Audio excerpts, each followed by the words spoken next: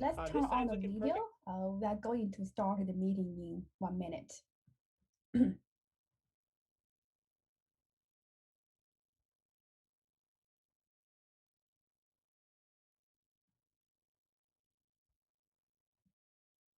Yeah, please turn on your video.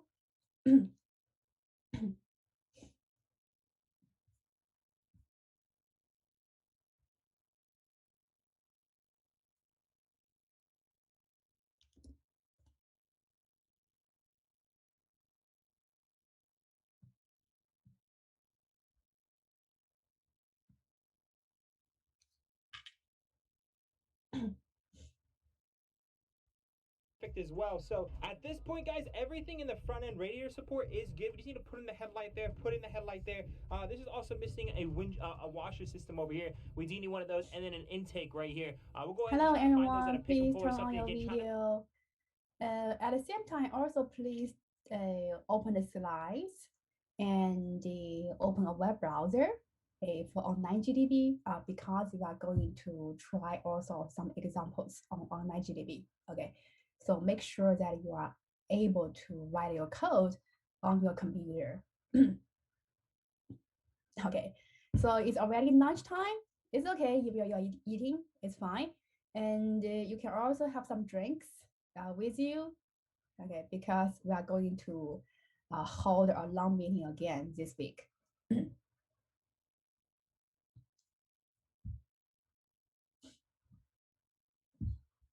Hello, everyone. Yeah, please turn on your video. This is the last call. Yeah, please turn on your video.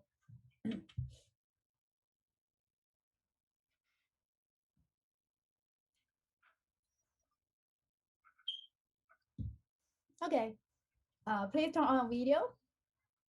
And then let's wave to each other. Okay, hello, everyone. Hello, hello, hello.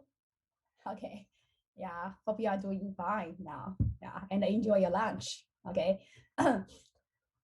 Uh, then let's start our meeting today. So, okay, who is raising a hand? Okay, no one.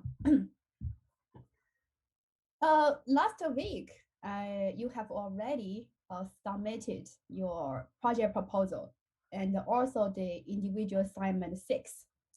I checked your submission for individual assignment 6, and the submission rate is low. Okay, I think the main reason is that compared to the previous individual assignment, that one is very difficult. Do you agree with me? I see all of you are nodding your head. Okay, so as I discussed also with the other sections, I want to give you one more day uh, to resubmit your individual assignment 6 at a level. Okay, at a level. Unfortunately, I'm trying to just modify the due date for you, but Revel does not allow me to do it. Okay, so please, yeah, you can follow me.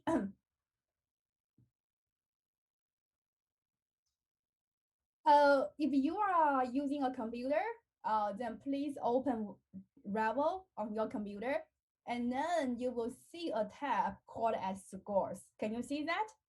Yeah, can you see that? And click scores. And after it, you will see the previous assignments posted here. Okay, yeah, this is just like my demo account. Okay, and then click the assignment due on April the 3rd.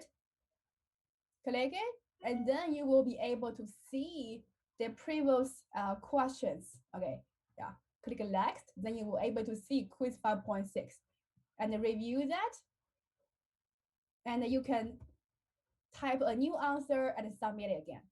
Okay, so are you able to do the submission? Can you do that? Are you able to do that? Yeah, this is on my account, so I have no idea if you are able still to do a late submission. Okay, yeah, can you do that? Can you still submit your answer? Okay, then that's good. Yeah, so follow this way, then you can resubmit your answers to Revel. and your assignment, your submission will still be marked as late or incomplete. Don't worry, okay? I will ask the TA to manually give you, to manually accept your late submission, okay? So because Revit does not allow me to just change your date, okay? So we have to manually accept the late submission one by one. Got it? Yeah. So you can do this by tomorrow midnight. Is that fine? Okay. Yeah. Remember that you can still submit your individual assignment 6 by midnight tomorrow. Okay, at Revit. Another thing is about your project proposal. So I'm still reviewing your project proposal. And I know you are trying your best to make your proper project proposal better, but some students are not including the task assignments, or the topic is not specific, or is too easy. Okay, so there are several problems here. I will post the feedback I gave to you at iCollege, and after that, please review your feedback. Okay, and if I give you some other like requirements, and then please try your best to complete or resubmit your proposal in 2 days. Got it? Yeah. So I will post the feedback of your proposal by midnight today. And please review that and check what you need to improve for your project proposal. Okay. And then resubmit it by Thursday midnight. If you need help, feel free to let me know, and then we can hold a meeting. Okay. Yeah, we can hold a meeting with your group members. Yeah. If you are not available at daytime, that's okay. We can talk at night. So usually I will be free from 9 p.m. at night. Okay, yeah. So feel free to set an appointment with me if you need help on your project. The main problem is that the task assignment is not included. Okay, so for the task assignment, I hope that you can specify clearly the job of each team member. Yeah, for example, you can say Yuan is going to collect data from the website, or you can say Yuan is going to develop the or to implement the function to count the number of words in an article, like this one. Got it? Yeah. Specify clearly the task, the jobs assigned to the team member. Okay. Yeah. Otherwise, at the end of semester, we will have a disaster there to check the contribution of each team member. Okay. If you find your team member is not active, then you can also talk with me. Okay. So that's it about your project proposal and the individual assignment 6. Any more questions regarding this too? Okay. And by the way, so my original plan for your final project presentation is on April the 20th. Okay. So I think it's April the 20th. So which is 2 weeks later. Yeah, which is 2 weeks later. Got it? Yeah, on April 20th, which is 2 weeks later. And on that day, we will have a review of our whole semester and help you to prepare well for your final exam. Okay, so on April 20th. And then we will have a final project presentation. Yeah, we will have final project presentation. I will post you the requirements and the guidance of the final project tomorrow. Okay, yeah. Is that clear to you now, everyone? On April 20th, you are required to present your final project. Okay. Yeah, so you can start to develop your final project from this week. If you find any difficulties, feel free to ask your mentors for help. Okay. Yeah, or you can ask me for help. On April 20th, the day that you need to present your final project.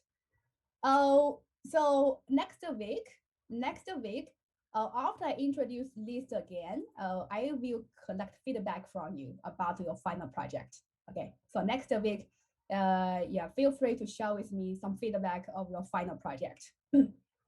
And then for your final exam is on April 27th. Is that clear to you now, everyone? Is on April 27th. Okay. Yeah. I will post the date also for your final exam. Yeah. Emma? Just to remind us, is the final exam cumulative or is it just over the last couple of chapters? Okay, good question, Emma. So let me emphasize again. Your final exam uh, will cover, will focus more on later chapters after our midterm exam. Okay. However, this is a programming class. It's like a writing articles. You will be able to write a more complicated programs, but you still need to know what happens to if else, what happens to assignment statement and print statement and so on. Okay, yeah, but we will focus more on the later chapters. Okay, yeah. Any more questions? The final exam will also be during your class time. Okay, so I think the time that given in the syllabus is wrong. Yeah, and I will need to clarify that again. Okay, it's basically during your class time, maybe earlier, and we can discuss about it next class. Any more questions? Okay, so if you have no questions, and then let me talk about agenda for today.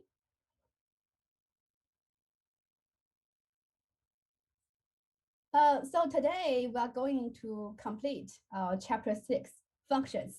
Okay. In chapter 6, we discuss about functions. And also today I will give you one example how to develop a large project. So when you are developing a project at home or at a school with your team members, maybe you can think about this step, okay, how to develop a large project by dividing the problems into sub-problems, and then each of you can implement maybe just one function or two, okay? Then for chapter 6, we will have a group exercise. For this group exercise, I want to divide it into two parts. So a survey for the group exercise has already been created on iCollege. It's not posted to you yet, okay? But I will release it later. And then for the first 10 to 15 minutes, you can do it by yourself. Yeah, you can do it by yourself. Read the questions and record and put down your answers in that survey, okay? But after that, and then I will open the breakout room and let you discuss with your team members. Yeah, let you discuss with your team members. And then you can talk with your team members and check if the solution is correct or not. Okay. Then you are supposed to submit your answers of the group exercise. Each of you should submit the answers of group exercise at college. Okay. Yeah. So in total, you will be given 30 minutes to submit your answers for group exercise on iCollege.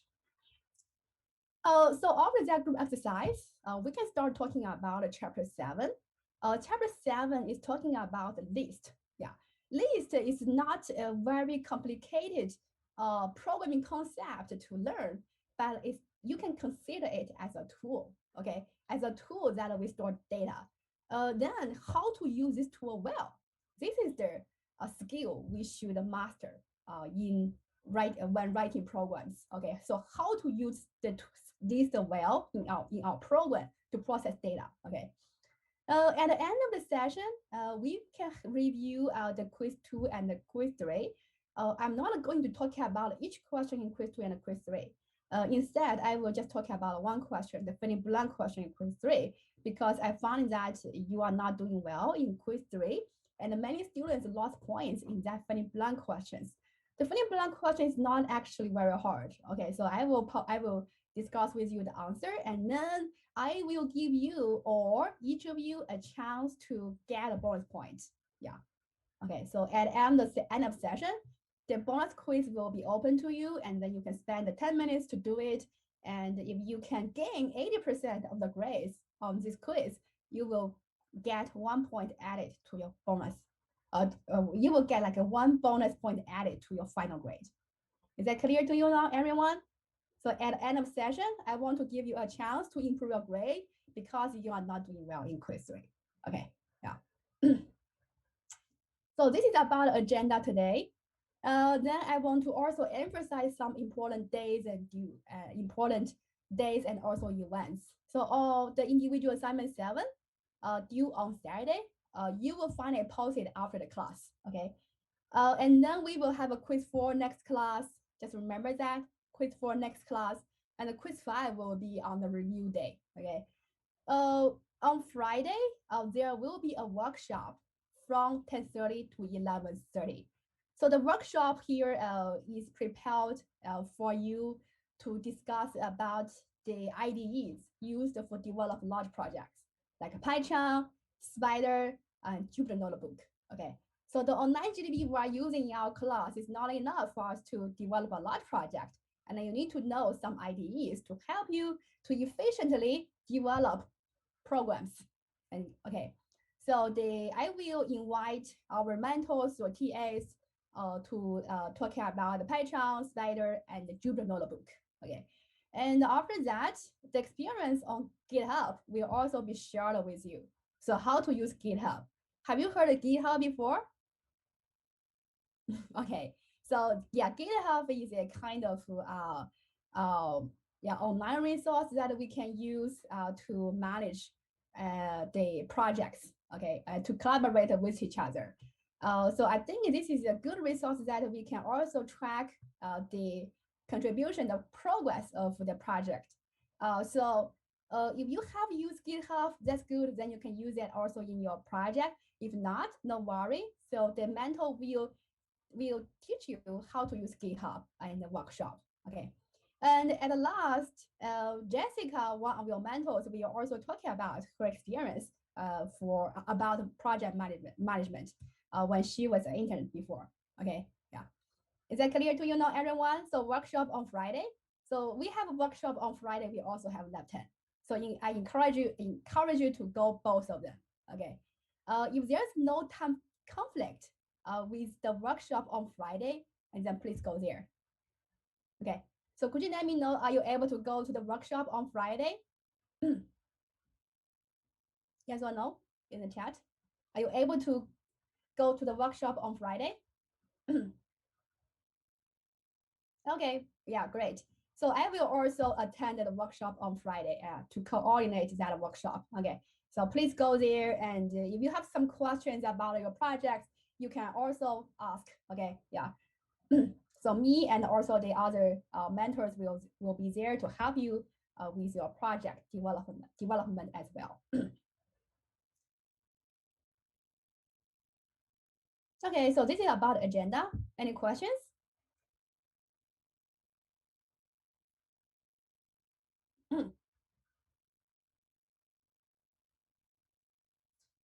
Emma? What chapter is quiz 4 going to be on? Okay, good question. So quiz 4 will only cover your course content in chapter 4. Oh, sorry, chapter 6, functions. So wait, chapter 4 or chapter 6?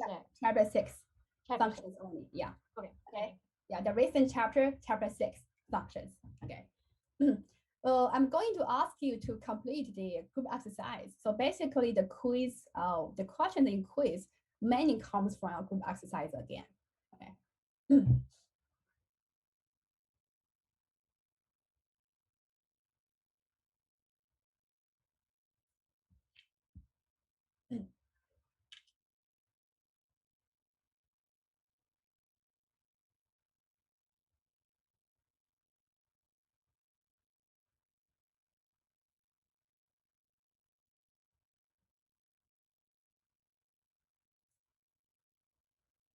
Hello, everyone. So today, let's continue talking about the chapter 6 first.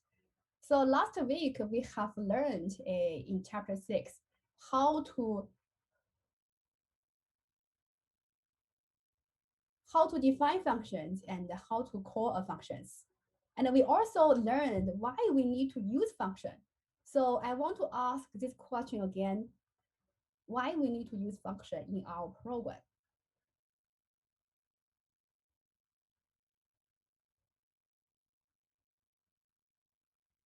Any ideas? Why we need to use function in our program? And then what is the benefits using functions?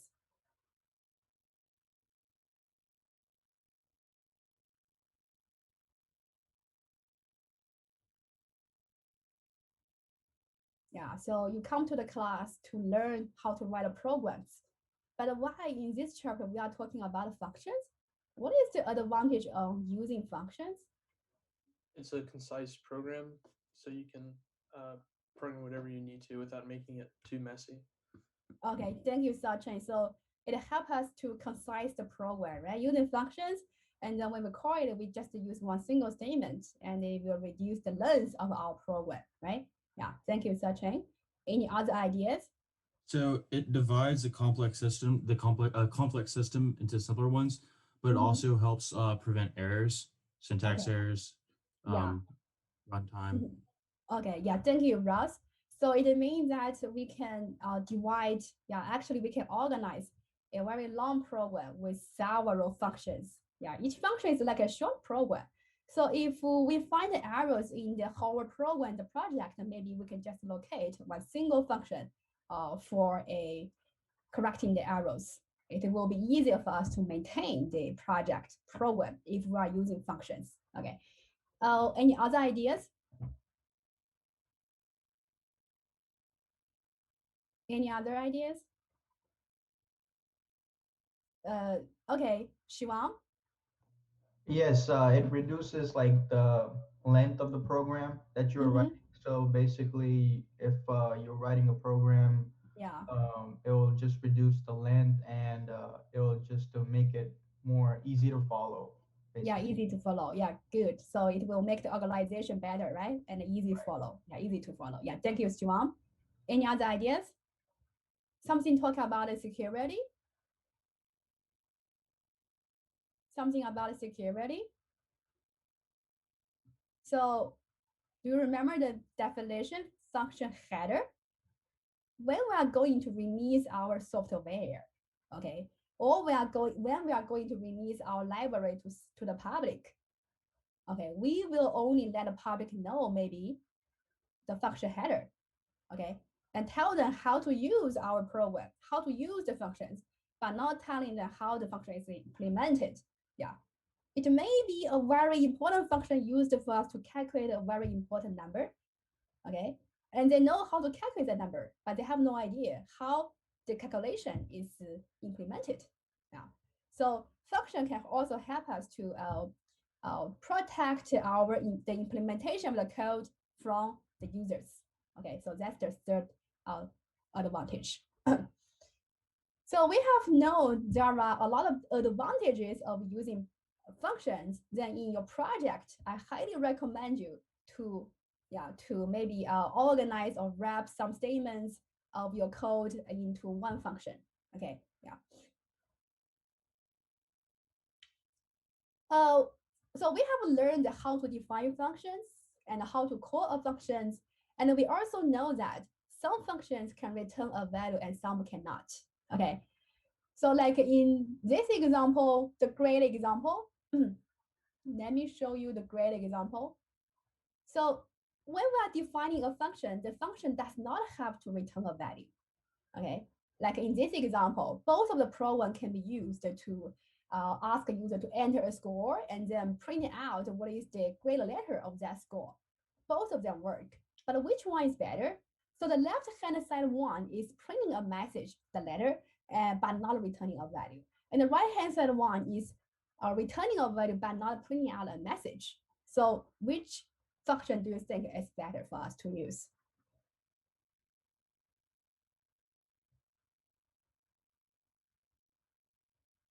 Yeah, which function do you think is better?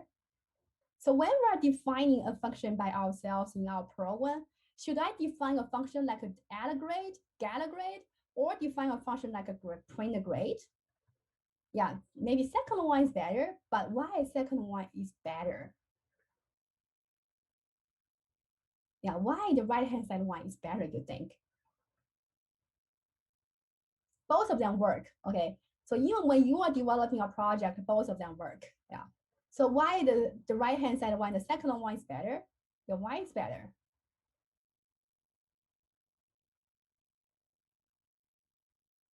Okay, why the second one is better? Yeah, there are a lot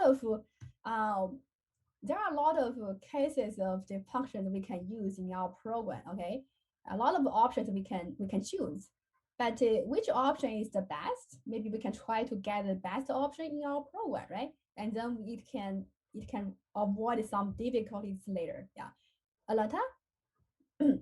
I was just answering your question why the second one I think is better because what if you have different scores? You Oh, really don't what want. if we have different scores? Yeah. Okay. Is that Do you why mean A plus, A minus?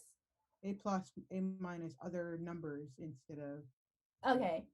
Yeah. Thank you a lot for the discussion. But for both of the functions, yeah,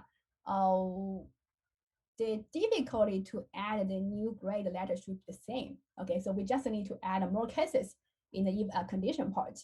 Ross? So the reason why the second one may be better than the first one. Yeah. So for the first one, def print grade, then in parentheses score. Yeah. And then the second one's def get grade, parentheses score. But you go down to the bottom underneath indented and def main, you see on the second line, after the comma, it Yeah. says get grade, comma Yeah. score, and it's the Yeah. same as the top, so it may be easier to memorize and Easy to memorize. Okay. or just I don't know. It just Okay. It seems like easy for us to use the print statement to combine a message together, right? Yeah. Okay, but the first example, we need to put down another statement to call the function separately. Okay, and also in the print statement, because I want to combine the grades and the grade in the same line, I also need to configure the string assigned to the end. Yeah, which is a empty string or a single space. Okay, otherwise there will be two lines generated. Yeah, in the output. One line is for grades, another one is for the letter. Okay, so it seems like when using return statement, it gives us some a convenience, yeah, to use the print statement. Yeah, if I'm going to print out that value with a string, I can use just one print statement. Otherwise, maybe two or more statements I need to use. Okay. Another advantage is that so once we get a value as the returned as a returned value, okay, not just not a message printing out message, maybe just a return value, and then we can use that return value in a expression. Yeah, add two numbers together, or add two strings together. How do you think so? Yeah, when we use print grade here, this print grade cannot be combined with the another number or another string to do calculation. Okay, so this is the drawback of using print statements only in the function. Okay, is that clear to you now, everyone? Yeah, for the second example, once you get the grade, right, you can also call another get grade and combine it together using plus sign. Yeah, because get grade will just return us a value. So get grade score will finally be replaced with the returning value, which is A or B or C. Okay. Yeah. Then we can combine, we can calculate this value with another value. Yeah, using plus sign. However, the print grade does not return anything. So which means I cannot use plus sign after that. Okay. Yeah, it's just printing out a message, but that's not returning anything. So be careful with this difference. Okay. So when using return, when using return, and then our function will give us more freedom. Okay, more freedom to write expressions or do calculations.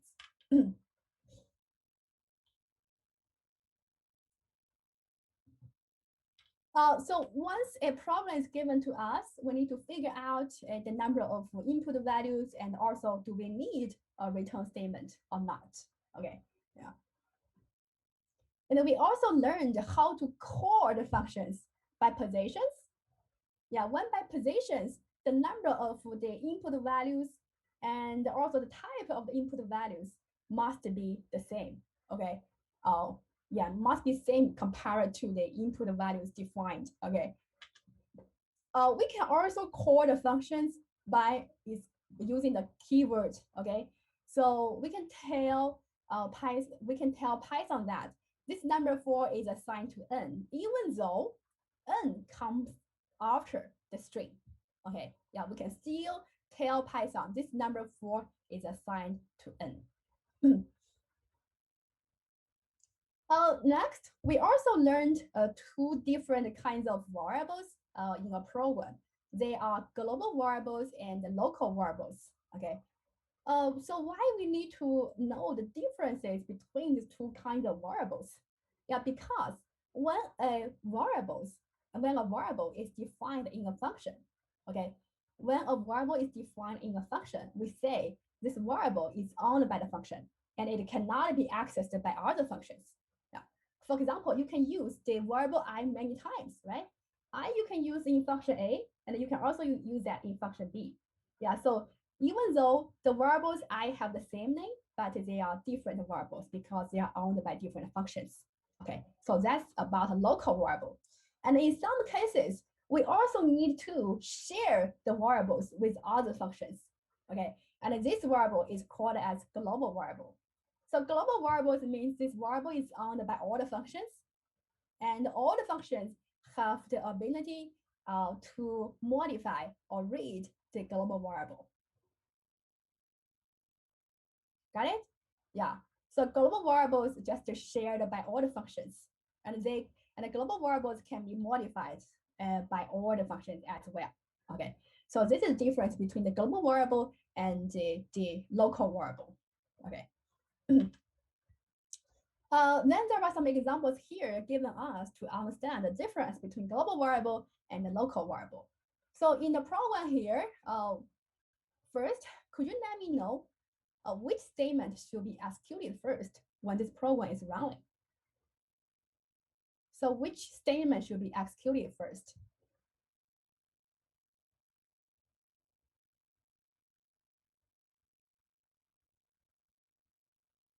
Oh, 1, line 1, line 2, line 3, 4. And in total, there are 8 lines here. So which statement should be executed first when the program is running? So traditionally, when we are executing a program, right, we should execute the statements from top to down. Yeah, there will maybe some exceptions if there are if else or for loop. Okay, and then in this example, which statement do you think should be executed first? Okay, in a program, there may be some statements outside of functions and some statements inside functions. Okay, so the statements outside of functions, they will be executed from top to down. From top to down. If there is a if else or for loop, of course, the order can be changed. However, the statements in the function definitions will not be executed until the function is called. Okay, yeah. So which means we can define a lot of functions in our program. However, the functions will not be used until you call it. Yeah. So could you let me know which statement should be executed first when the program is running? So which statement is the first one outside of function?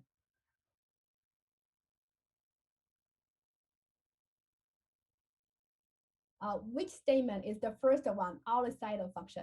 A statement can be a statement used to call a function, can be a statement that assigning a value to a variable, can be a statement that printing out a value stored in a variable.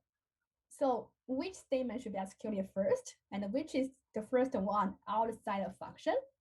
Line 1, 2, 3, 4, 5, 6, 7, 8. There are 8 lines in the code. So which line should be executed first?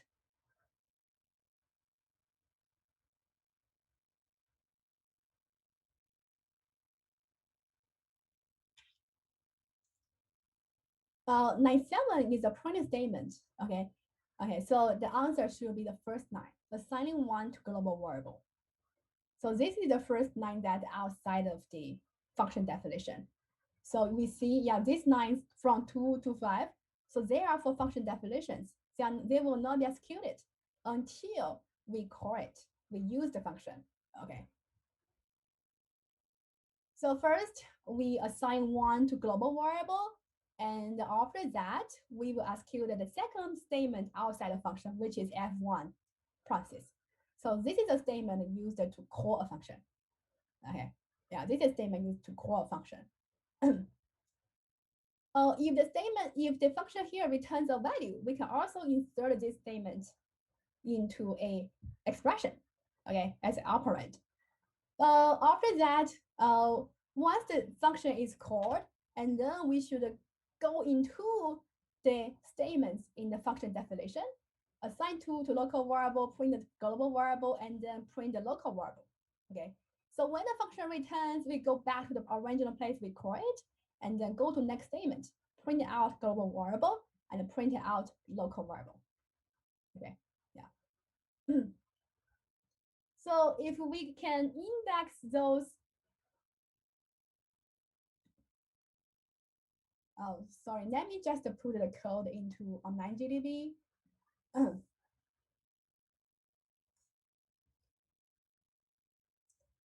So we have 8 lines here.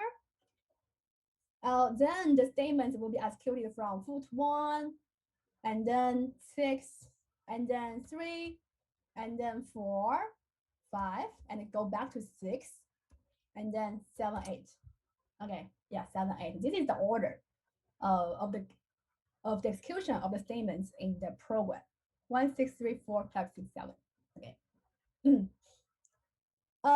And then the second question: how many variables already been created in this program? 1, 2, 3, or nothing? 0. So how many variables already been created in this program?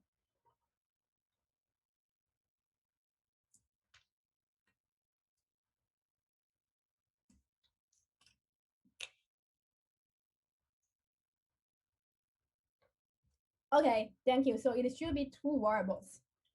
One variable is global variable. Yeah, the name global var here. And another is the local variable. Yeah. So as the name describes, global variable here is a global variable. And the local var here is a local variable, which can be used in F1 only. In function F1, in the body of the function F1 only. Then, what is the output of the program? So let me copy and paste the code in the chat. Then you can try it also by yourself. What is the output of the program? Can you see arrow and why the arrow is given there?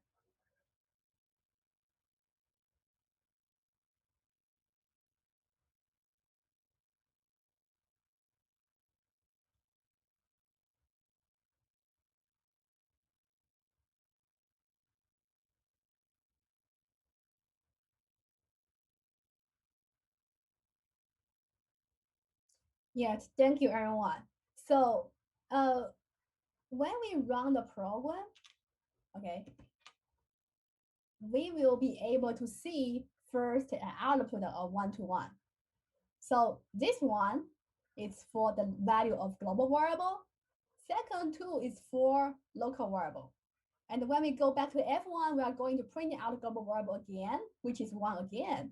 But when we are going to print out the local variable in line number 8, we will be given error messages because local variable can only be used in function F1. It can only be used in function F1. Okay, yeah. Got it? Because it's not a global variable, so we cannot access it outside the function. Okay.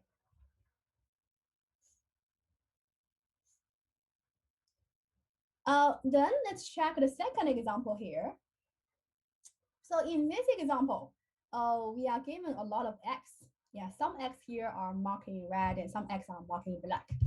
We can do that because we are displaying that on slides. Okay, but in a program, all x are just black x. Okay. Then first question, again, which statement should be executed first in this program? So in total, we have 6 lines here. Which line should be executed first? Yeah, which line should be executed first? Okay, great. So line 1 should be executed first because that's the first one outside of the function definition. And then which one should be executed secondly? So which one should be executed secondly? So after line 1 is executed, and then which statement we should execute after that? Okay, good. Then it should be line 5. So after execution of line 5, then what is the next statement we should take care? Okay, very good. Okay, so because line 5 here is a function call, and then we should go to the first statement in the function call, which is number 3.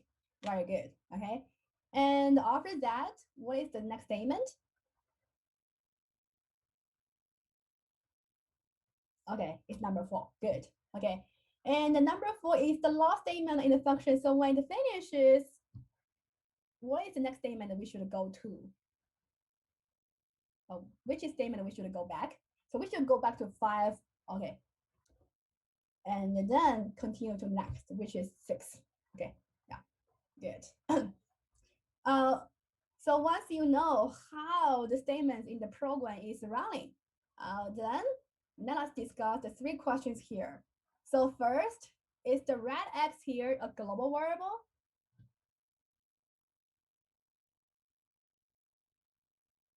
Is the red X here a global variable? Okay, good. It should be yes. And is the black X here a global variable? How about a black X? Is that a global variable? No. Black X is used and defined in function 1. So it must be a local variable, okay, in default. And then we have so many X, yeah. But in a program, when it's running in computer, they're same as the same X, right? Is the red X same as the black X?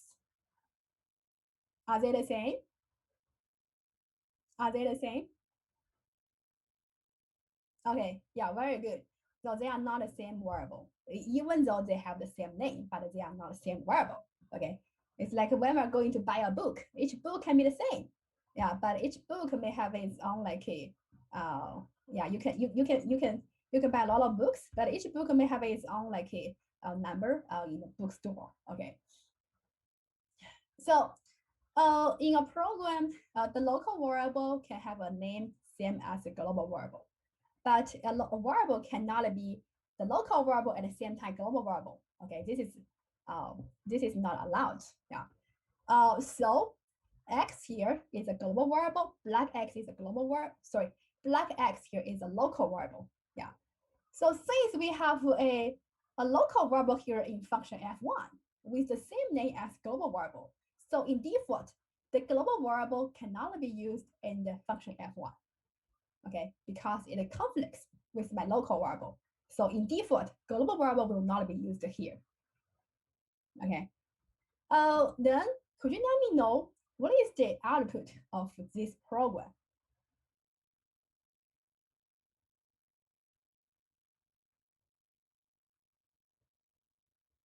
Let me copy and paste the code in the chat. Then what is the output of this program?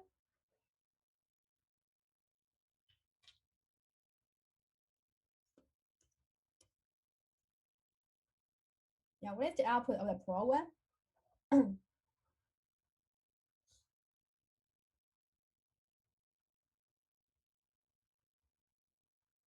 Okay, good. So the output should be 2 and 1. Okay, so we have 2 printing statements, 4 and 6. So number 4 printing out the value of local variable x, which is 2. And the number 6 printing out the value of global variable x, and which is 1. Okay, yeah. So when a local variable has a name same as global variable, we are not going to use that local variable in the function in default. Okay, in default.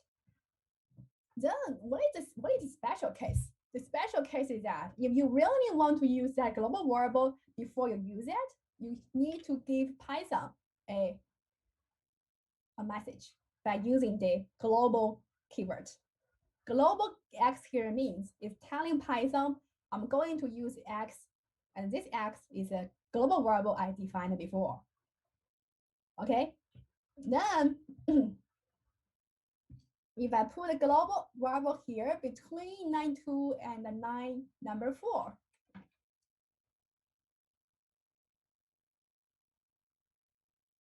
okay, then I should change the order here. 1, 6, 3, 4, 5, 6, and then 7. Then what is the output of the program? Will this display 2 again or display 1? Let me copy and paste the code here. What is the output now?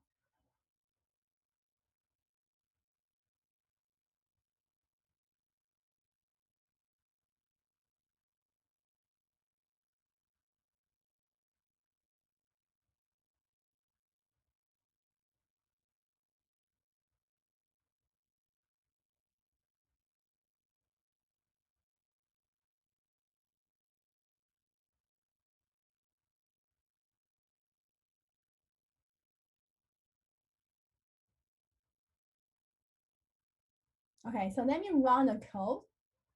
Okay, so it's mentioning us that first is a warning. Okay, name X is assigned to before the global declaration. Yeah, so this is a warning message. It's not an arrow, so we can still keep the code here in the program, but it's not a good example. Okay, so X here, we are assigning a number 2 to X. And then we are telling the Python this X is a global variable. So when we're printing X here, it displays 2 because in the current code, X has already been assigned a value 2. And since we're telling Python interpreter, this X is a global variable. So when we're printing out X again, it should display 2 again, not 1. Okay, so here, it should display number 2 instead of 1. Okay, yeah, because we are telling the Python interpreter this X is a global variable. Yeah. So do not create a local variable. This X is just a global variable. Okay, this is the meaning of global here.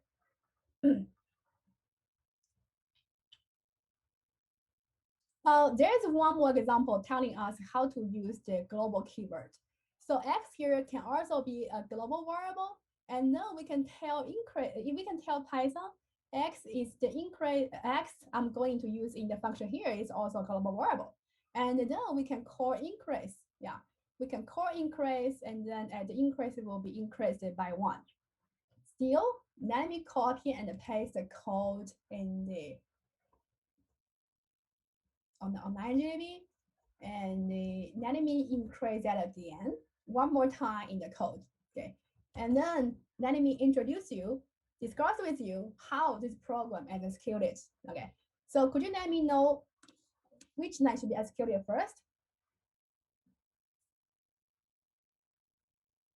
Okay, line number 1. So which line should be executed secondly? Okay, good. It's number 6. And the next one, it should be number 3. Okay, because number 6 is for a function call. And next one, okay, it's number 4. Next one, yeah, it's 5. And next one, so number 5 is the end of the function. Okay, so next one should be first. We can go back to number 6, and then next one is what? Once we go back to number 6 after the function completes, what is the next line we should execute? Yes, it's number 7. Okay, yeah, a function can be called as many times as you want. Okay, so feel free to insert a function call anywhere in your program. Yeah, you can call it as many times as you want. And then what is the next statement? After number 7, what's the next statement? Number 8 or another 9? So number 7 is a function call again, right? So which statement we should execute next? Yes, it's number 3.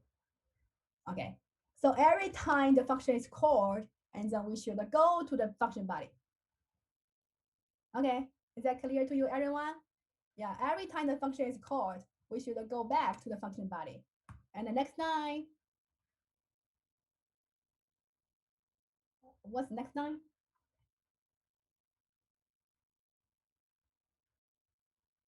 Yeah, 4, 5, and then we go back to number 7. And then what is the next line? Yeah, it's 8. Okay, good. And then the program completes. So every time when the function is called, and then we need to execute the statements in the function body. Yeah, 3, 4, 5. Okay. Then could you let me know what is the output of this program? So function increase can increase x by 1. Okay. So will the answer be 2 or 3 or 5 or another value?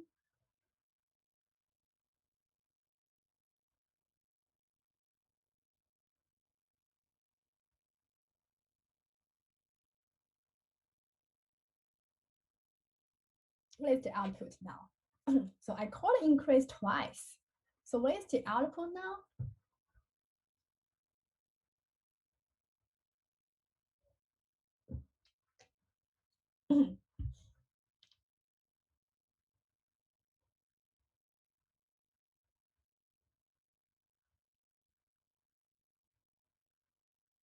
Okay, so let's check if the answer is 2, 3, 3. Okay, so if I run the program, yes, the answer is 2, 3, 3. So what happened? I simply like increase x by 1, so it should be 2, but why the answer is 3? That's interesting. It's 3 because we called increase twice. So why? So when increase is called as first time in line number 6, we are going to increase x by 1. So after that, x will be increased to number 2. So that's the reason number 2 here is printing out. Okay, yeah. And after that, we go back to number 6, and the core increase again, and then increase x by 1 again. What is the base of x before we increase that? Before we increase that, we already increased x to 1, x to 2 before, right? So here, when we are add 1 to x, at that time, x is already 2. So x plus 1 will give us a result 3. Okay, and then we print out x, and at that time, x is 3. And then the program, and then the function completes, and then we print out the final value of x again, and it's 3. Okay, is that clear to you now, everyone? So why here x is 3? Because I increased x twice. Yeah, I increased x twice. X is a global variable. I increased x twice, so the final value of x is number 3. If I add one more increase function, now do you let me know what is the final value printing out? 3, 4, 5, or another value?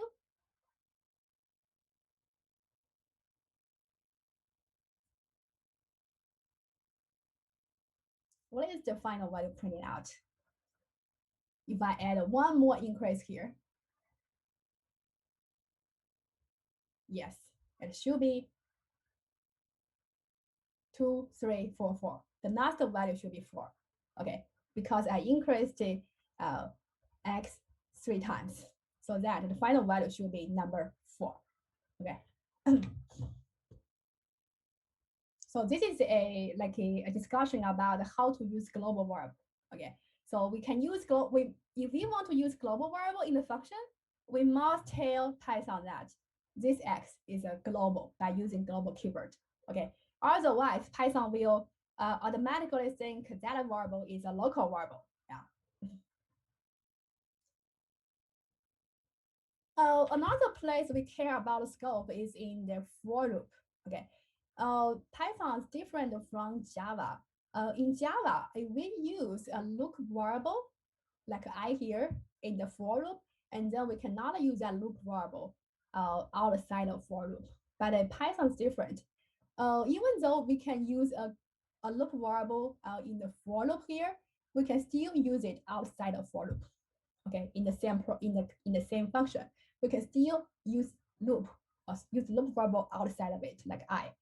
Then what is the value assigned to I when the loop finishes? So when loop finishes, the value assigned to I here will be the last value from the range.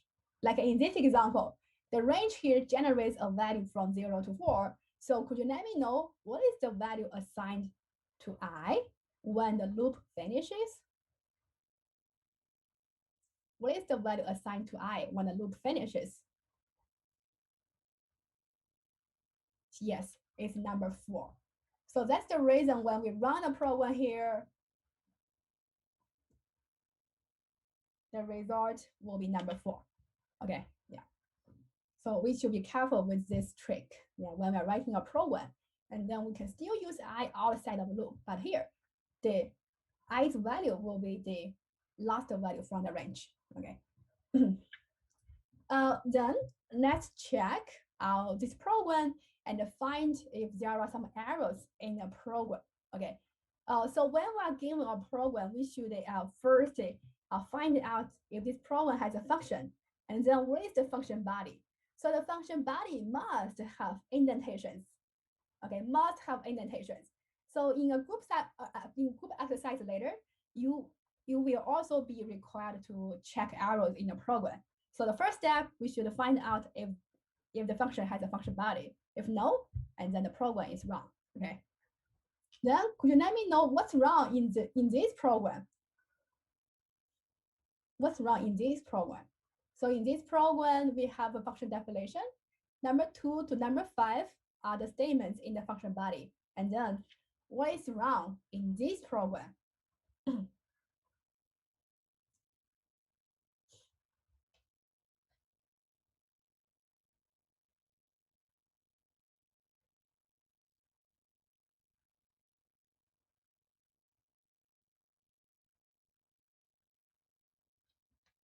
The indentations are correct. Okay.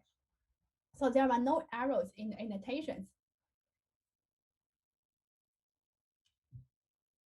Okay, thank you, Khalil. So the problem is that in number 8 and number 9, we are going to access variables x and y. We want to use them. However, x and y are local variables. They are not global variables, so we cannot use them outside of function. Okay. So let me copy and paste the code here.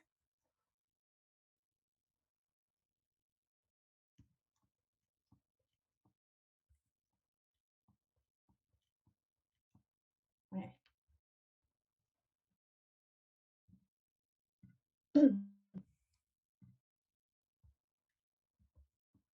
If I run my code, I will be given error messages at the end. Name x is not defined. Okay. Similarly, y is not defined. So this is a runtime error. You can also try to play this program by yourself. So that's it about the scope. So be careful when writing a code in your project. Okay.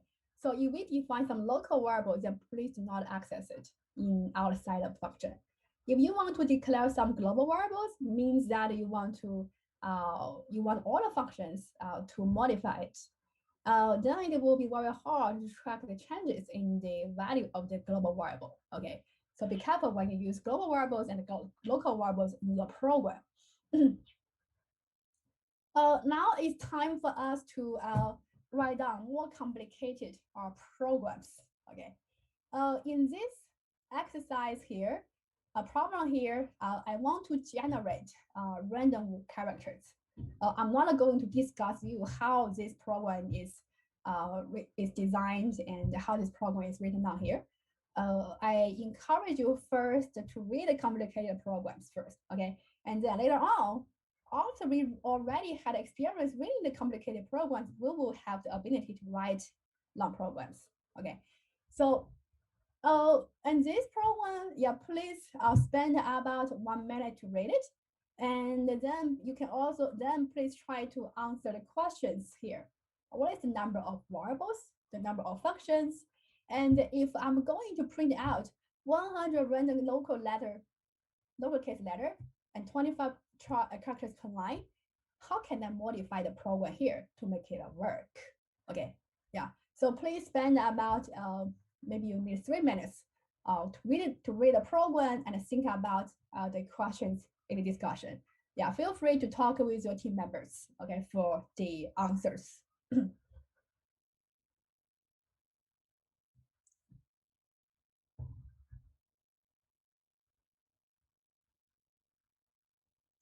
So later on, I will ask group members also to, I will also ask someone to volunteer to share with us the solutions. Okay, and you will be given the bonus point if you can answer it correctly.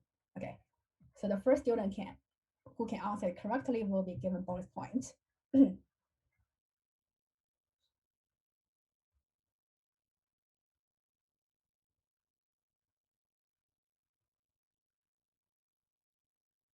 So 3 minutes, okay?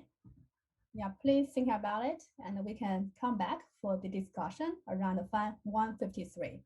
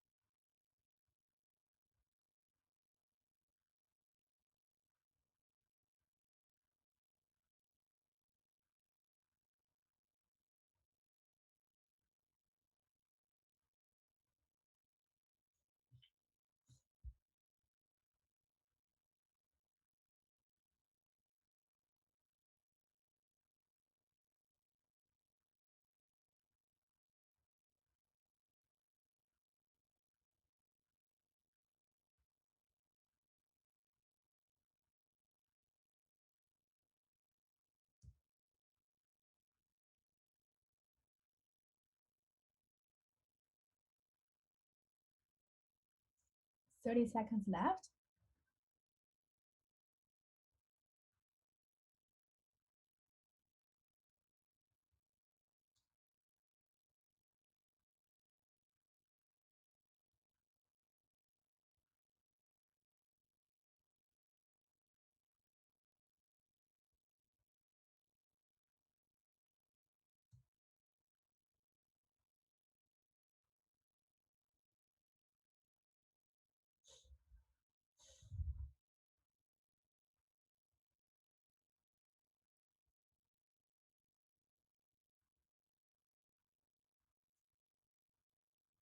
Okay, time is up.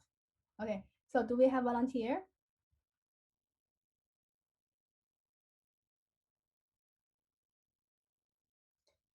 You do not have to write a code for number 3. So just give us a guidance how to modify the program or modify some part to make it work. To print out 100 random lowercase letters.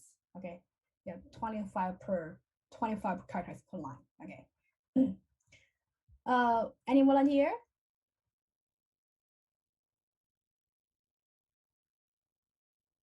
First question, number of variables and the number of functions. Yeah. Do we have volunteer to answer the first 2 questions to gain bonus point? The 5 variables. Yeah. So there are 5 variables. Could you let me know what are them? Yeah, point out the line and then the name. Russ, yeah, could you please point out the line and also the variable name? Yeah. Line number Def get random character ch1 ch2 and then below it. Okay, sorry. Yeah, so this slide does not have a line number. Let me copy that to the online GDB. Okay. Are you able to see the line number now?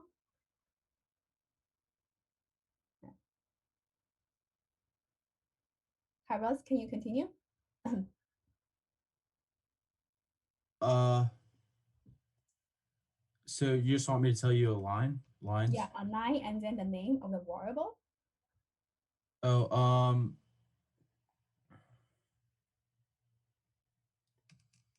a number of chars equals 175, Mm-hmm. 23, and then 24. Yeah, 24 chars per line, right? And do we have other variables? Yes. Which one? Um, I can't see. Can you see it now? Yeah, I don't know. Yeah, 27. I don't have my glasses. Okay, 27. I, right? Okay. 20, 29. 29, we are assigning a value to chars per line. It's already here, right? Oh, yeah. I'm sorry. Okay, it's okay. So in total, we should have 3 variables used in this program.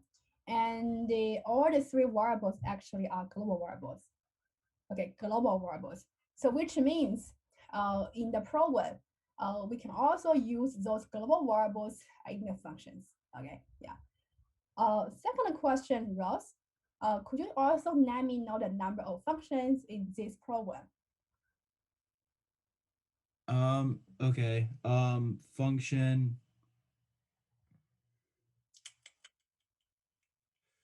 So you do 9 return get random character. Could you let me know just function names? Number, I don't know number. about Yeah, the header of functions.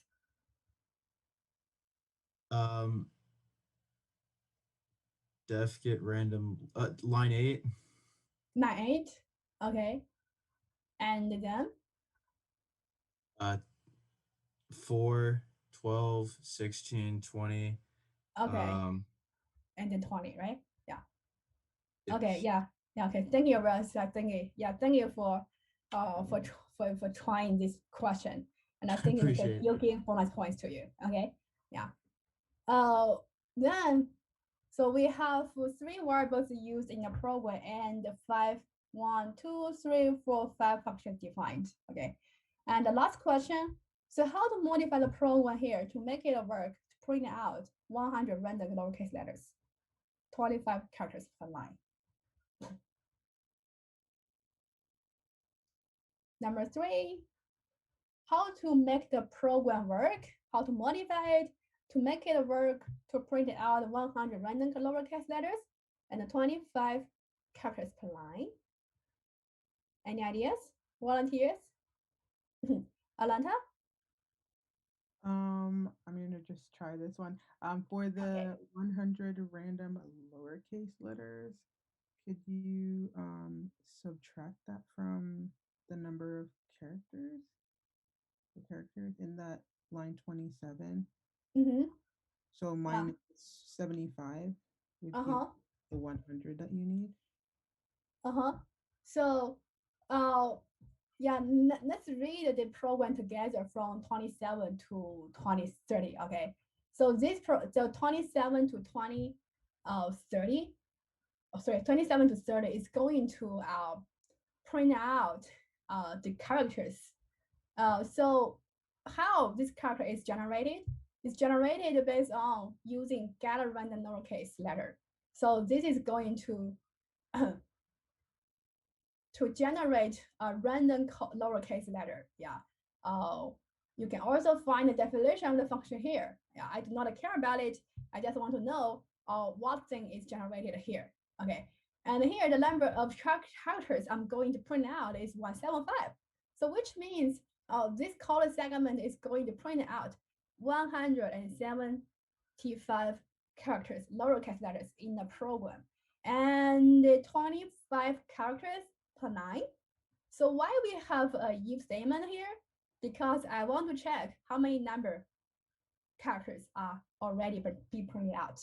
Okay, yeah. If we already printed out 25 characters, and then I'm going to print out a new 9. Okay, otherwise just a space. Okay, just a space. So Alata, could you repeat what did you say just now?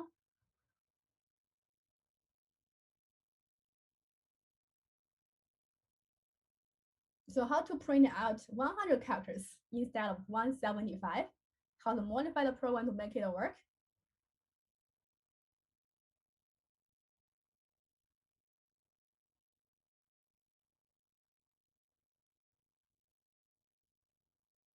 Hello? I'm sorry, I was talking and I was on mute. Oh, sorry. Okay. Yeah. I was saying that I would subtract 75 from line 27, where number of characters are. Okay. So you want to subtract 25 here, right? Okay. Yeah, very good. So a 25 or 55 or 75? 75.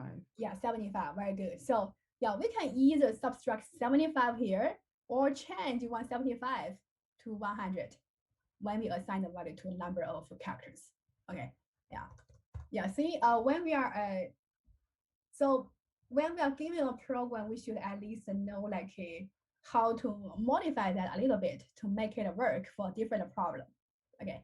So for this program, we should either modify the number or subtract 75 to print out 100 characters instead of 175. Okay.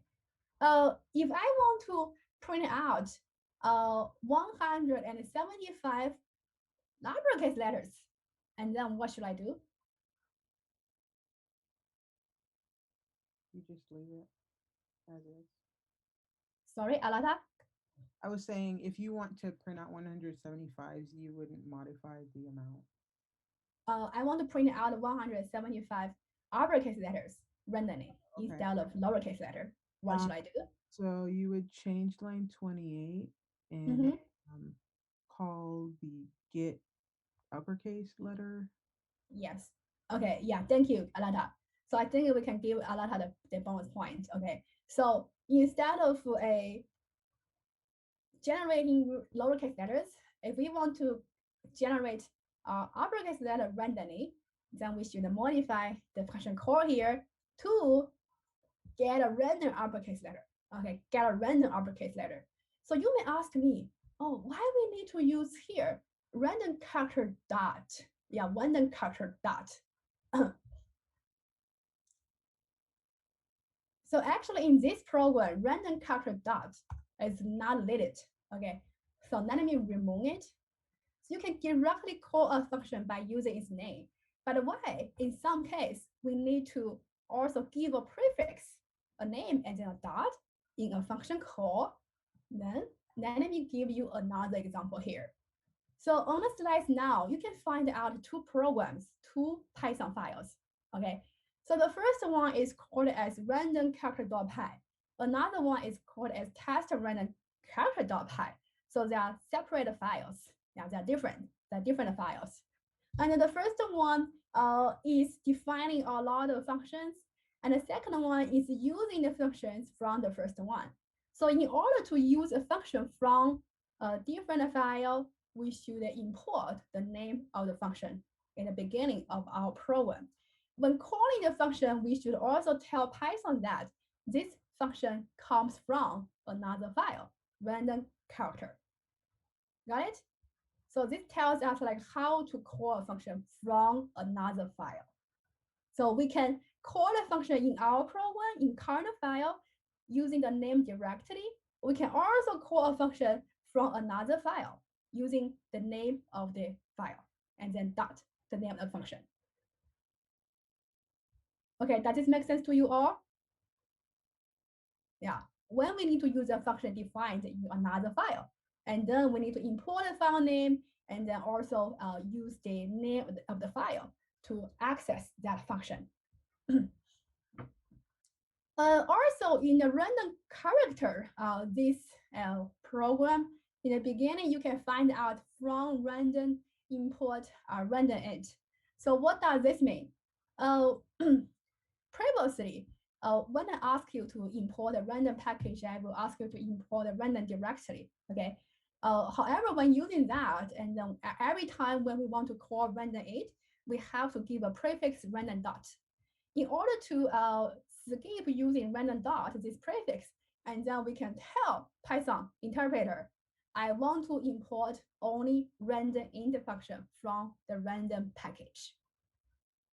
Okay, yeah.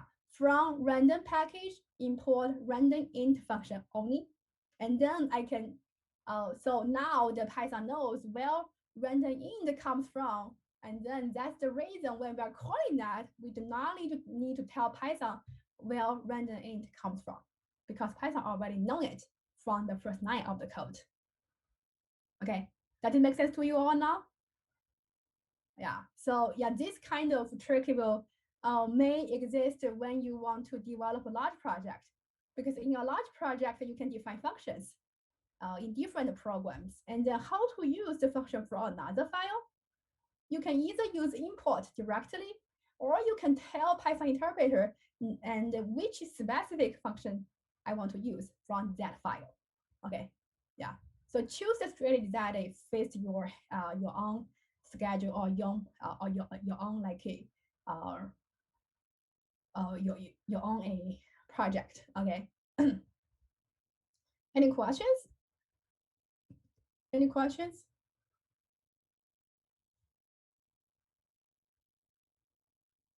Okay. I do not want to give you explanations on how the program is like implemented. Okay, I think you can read it by yourself.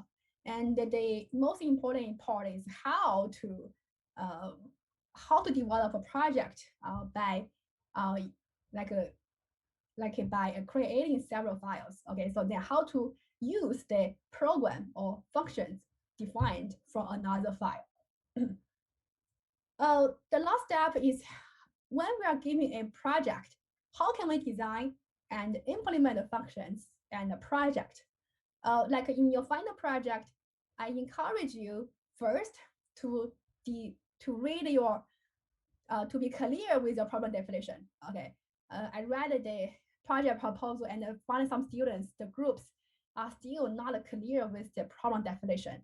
Okay, if you are going to analyze the data from Amazon or Twitter, and then please specify which data source you want to use.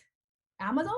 So once you know you want to analyze data from Amazon, then again, please let me know if you are going to analyze all data or just analyze the review for a specific product. Okay, yeah.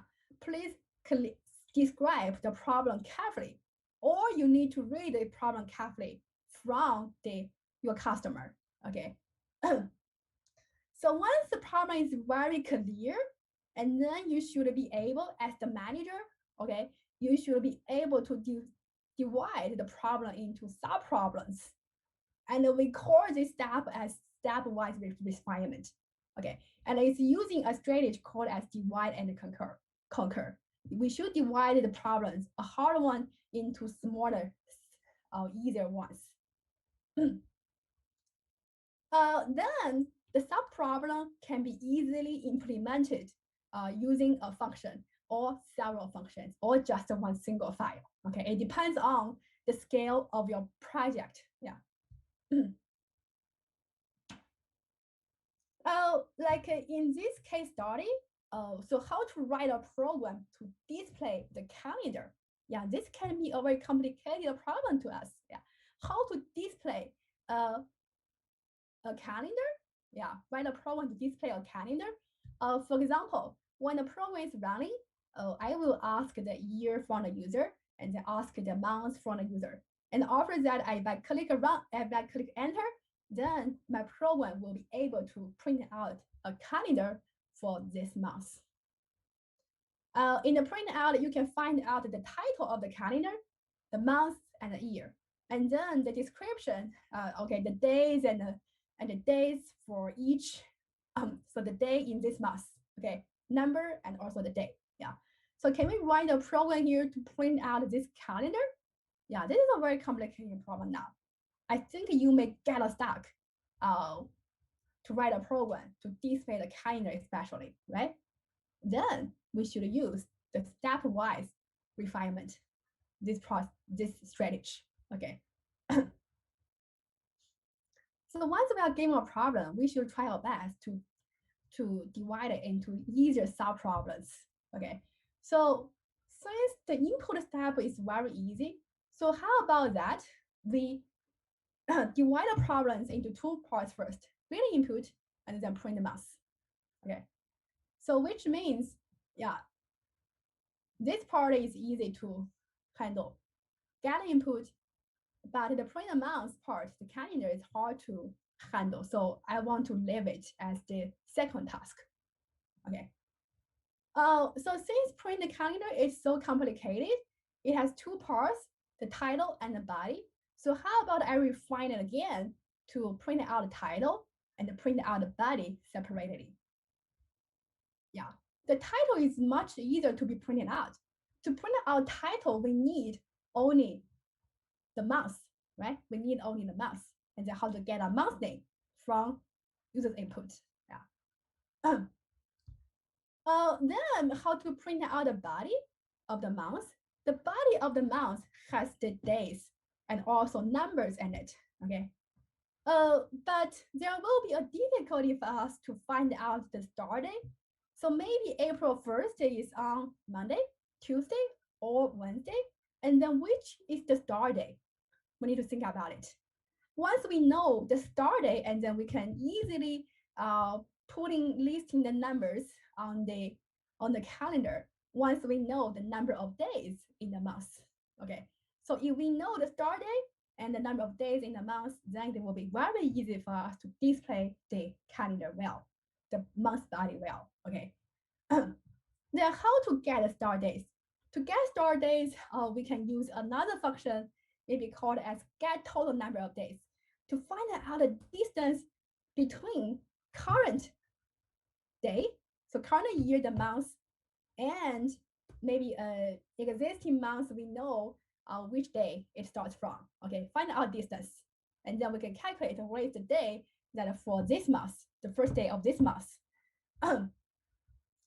After we know that, we also may need to think about if the year is a leap year or not, because in February, if it's a leap year, there are only 29 days. Okay, so yeah, then after showing this chart, you will know how to divide this hard problem into smaller, into multiple smaller, shorter, maybe programs. Okay, is that clear to you now, everyone? Yeah.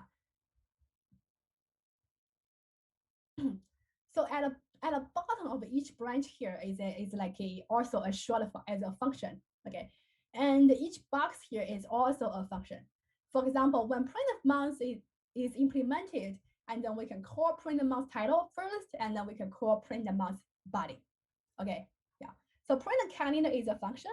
It will call read input and print month. Okay, so each box here can be implemented using a function.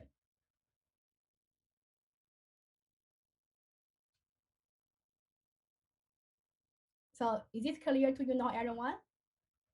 Like when you are developing a banking system, you can also divide multiple. You can also divide this system into multiple different features, right? Yeah. So for example, I need to write a function to deposit the money. So when depositing the money, then the balance should be increased.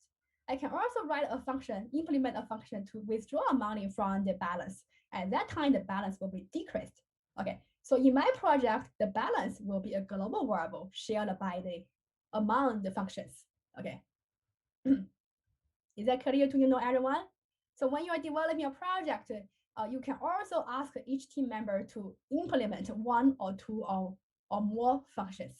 Okay, so once you are clear how to divide this problem into some sub-problems, then it's not easy, it's not hard actually to implement each function. Okay. Any questions?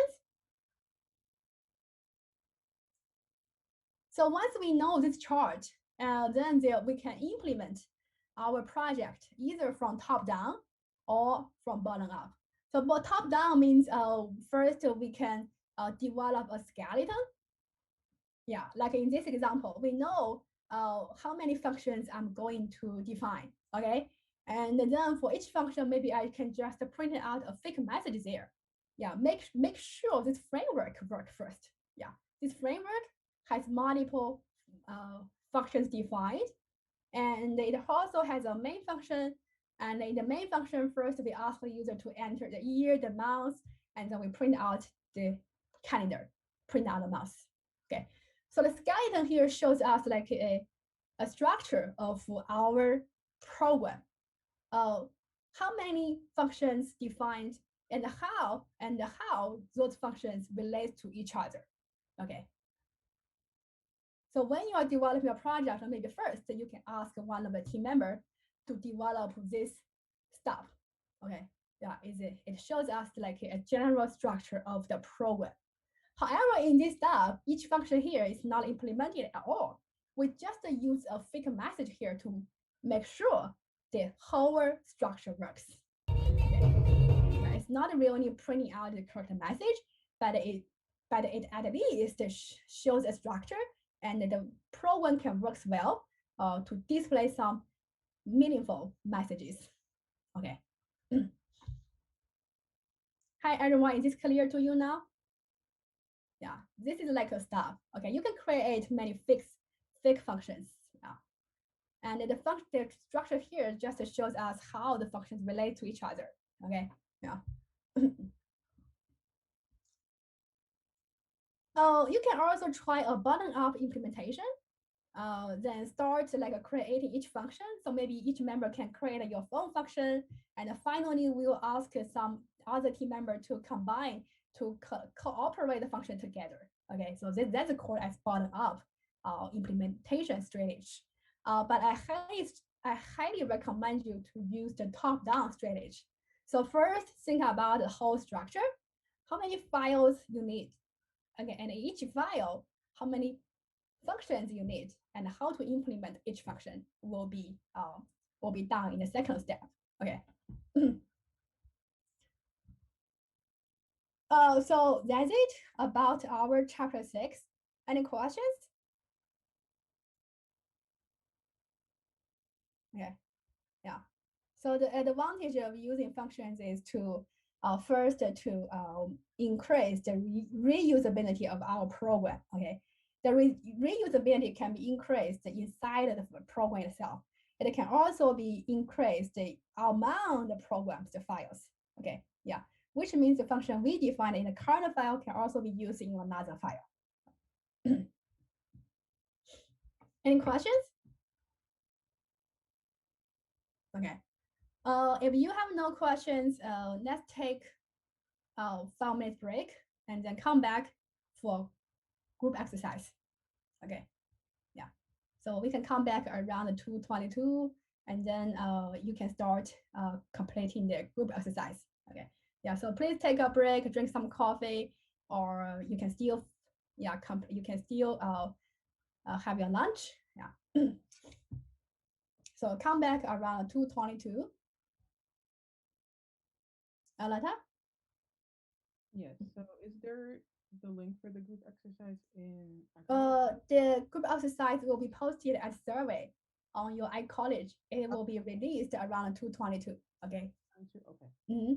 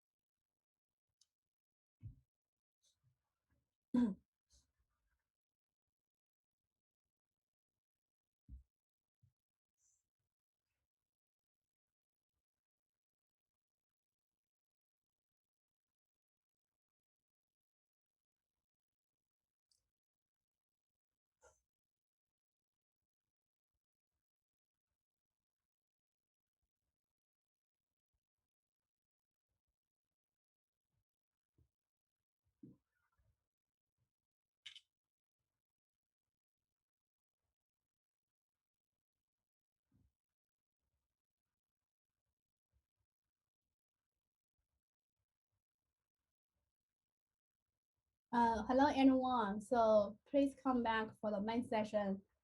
Before you start the any group exercise, let me give you just some Q&A about the how to open it. Okay. So please open iCollege and then go to assessment, and then you will find out surveys. It's not under quiz, okay, it's under survey. Can you find it now on your iCollege for this exercise?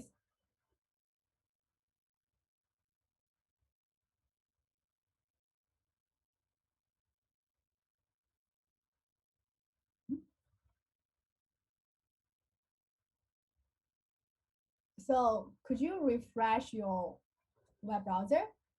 Professor, I did, but the survey is empty for some Yeah, reason. it's on survey. Okay, it's 222, right? It's PM 222. Can you see it now?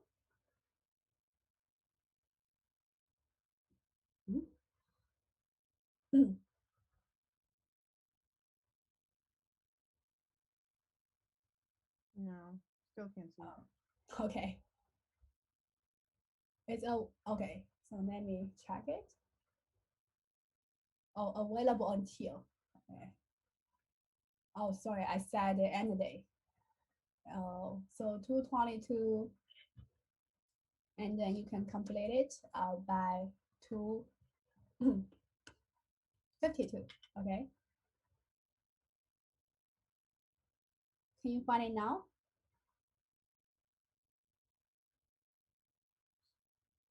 Okay, great. Yeah.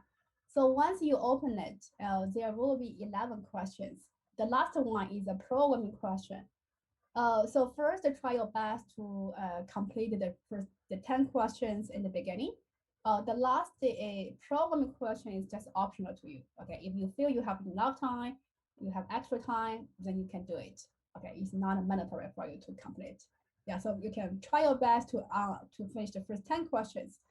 In question 5, so please do not spend too much time on this question. Okay, this is a program and it has only one arrow.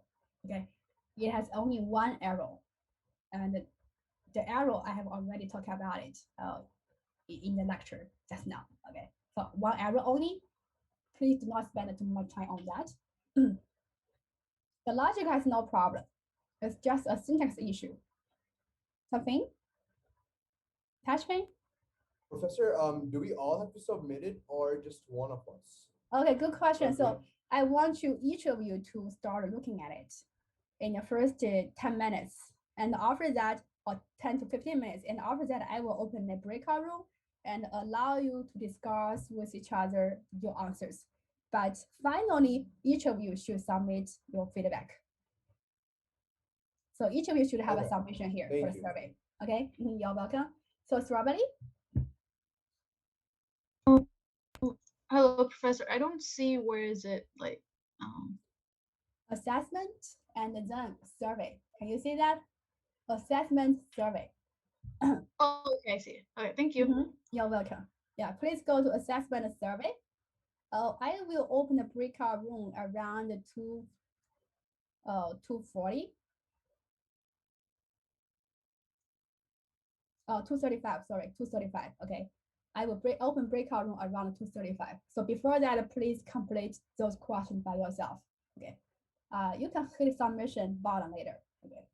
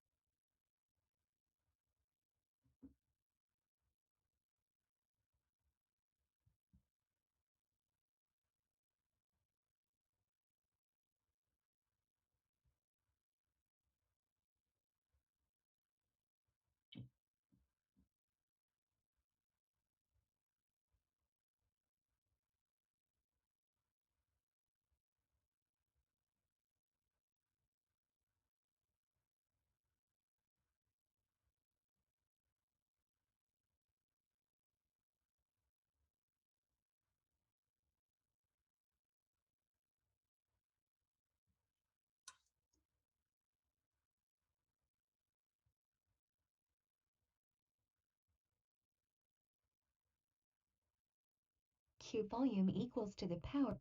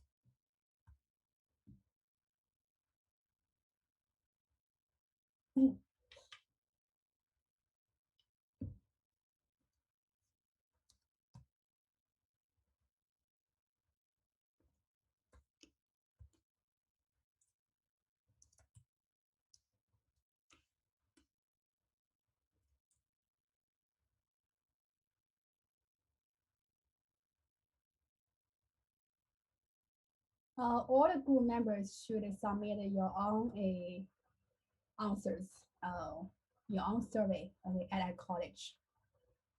The breakout room will be open around 2:35 at Zoom.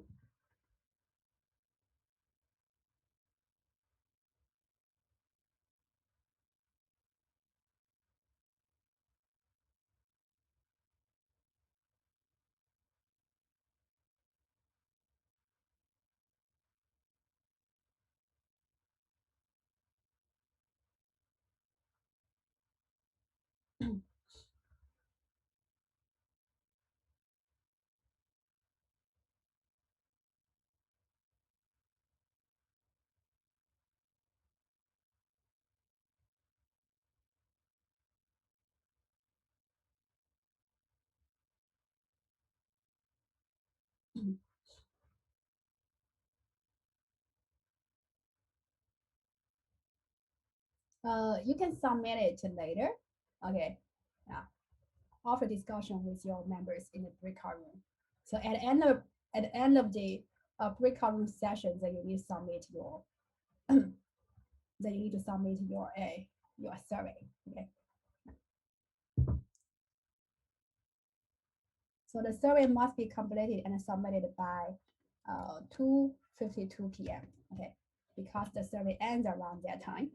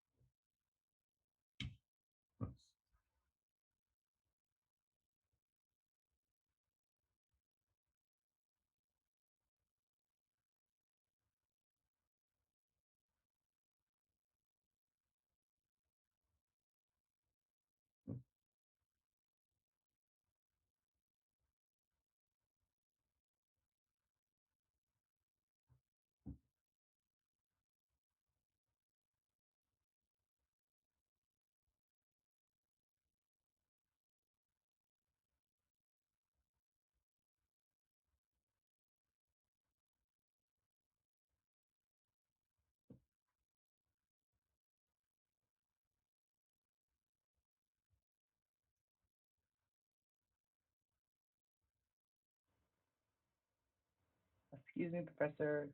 Yes. My internet just went down, so I just joined through the call. I don't know how to access. I'm trying to fix the internet, but it's not working. Is under. Do you mean the survey? Oh no, my internet at home. I think the area is down, so I just called in using the calling from the cellular. But you need to submit your survey at our college. Yeah, I can't access the internet anywhere, and my service is not fast enough to access it through the phone. Your computer is not fast enough to connect to your phone. No, the internet service in my area is down. Okay. And can my you try cellular to is set your phone as a hotspot, then you can connect your computer to your phone? Yeah, I'm trying to do that, but I don't think it's fast enough. But you can try, and I think it should be okay. I tried it before. Okay, thank you. You're welcome.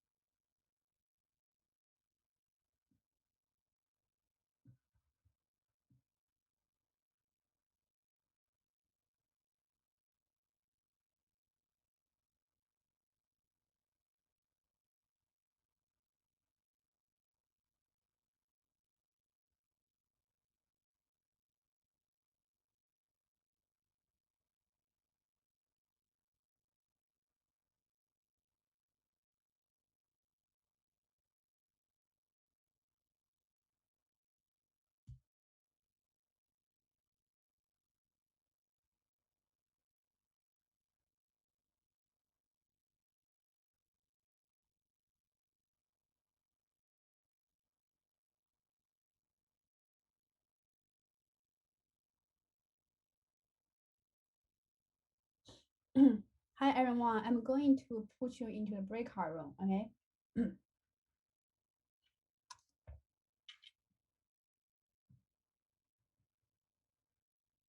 The breakout room is open now. You can join it by yourself.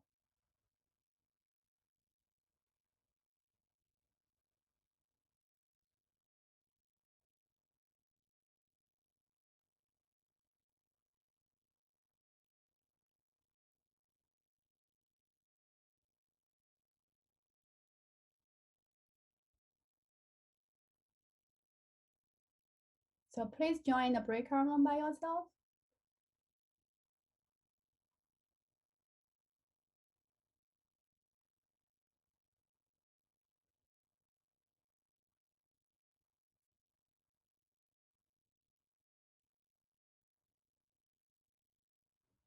Professor, the breakout room is blank for me. Can you place me in group 10? Could you let me know what's your group number? Maybe you can rename Yeah. yourself. Okay. Group 10. Group 10, right? Okay. Now please rename yourself with the group number at the beginning. No one's in my breakout room. Okay, Jessica, right? Yeah.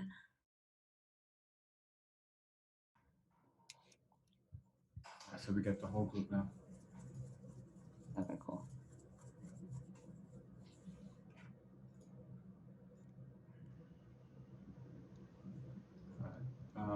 Umar and Haris. Is number 3 right? Nope. I'm using my my sharing screen, so we can have all of us have the right answer. So 1 and 2 function is must have at least one parameter. That's I put may have no parameters based off another quiz online. may have no parameters. Yeah, that 'cause one? there was another quiz that I found, and that's what it said. Okay, I'll choose that then. May have. Oh, I just found it. Yeah, that's right. So number 2. I mean B for one. Yeah, that's what I got for that. And number 2 is parentheses. Parentheses. Yeah, Yeah. that's on the quiz too.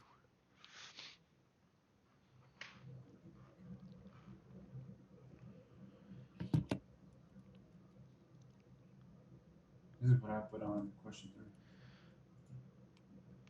Add sum equals to integer 1 and integer 2. Yeah. Yeah, that's right.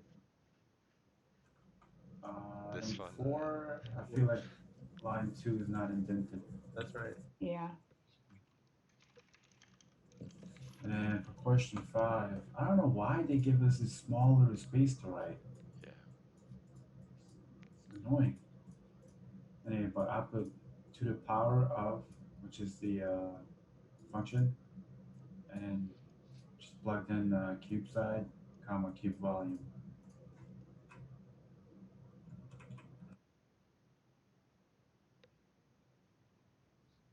Let me check mine.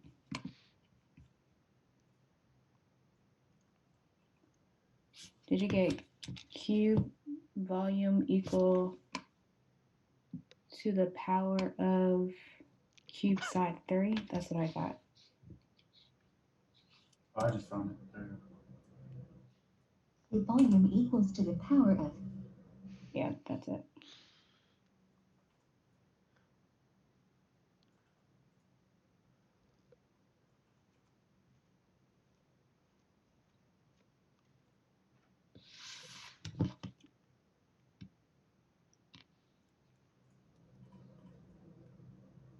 Which number did you copy? Number 6?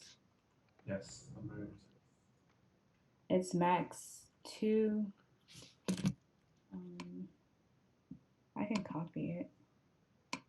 If you don't find it, I'll put it in the group chat. Oh, max 2. Oh, you're copying it? There you go. I got yours. Okay. Yeah. Harsh is in it. And 7, what is the return value? For I in range of 2. I couldn't find it on Heroes. What's the return value?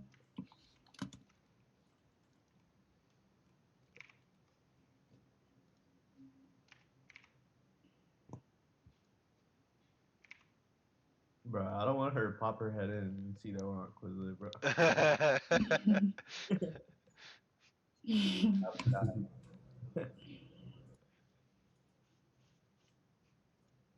I'll just leave it like this. All right, but 7. Let me try to find 7. Try to find 8. I have 8. Yours 8. So you have 8.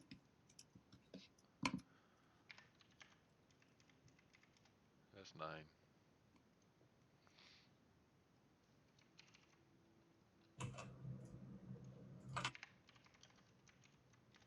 That's 10.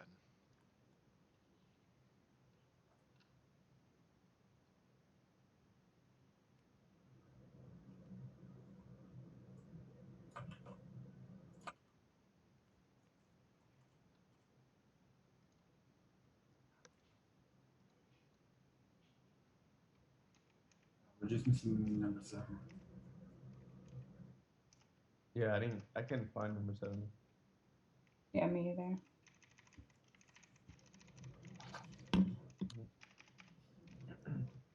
Says what is the return value from invoking? Does that say page 27?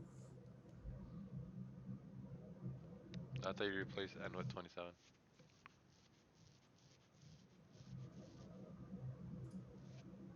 Oh, okay.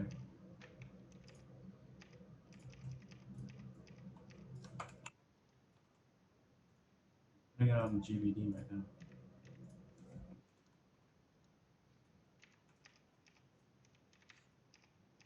What's the return value? It's about define. I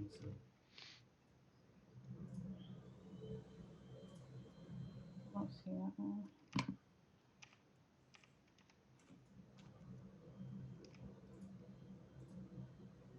I get a syntax error saying file main.py line 1 is define p27.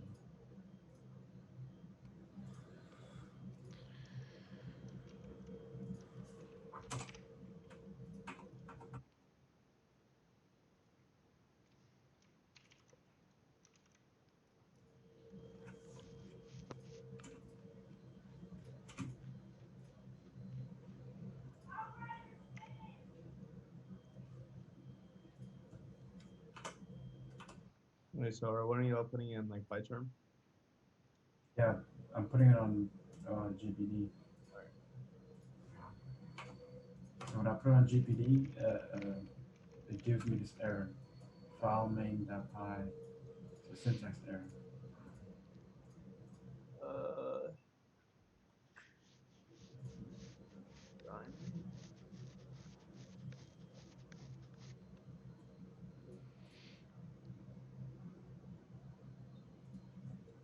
Find something else.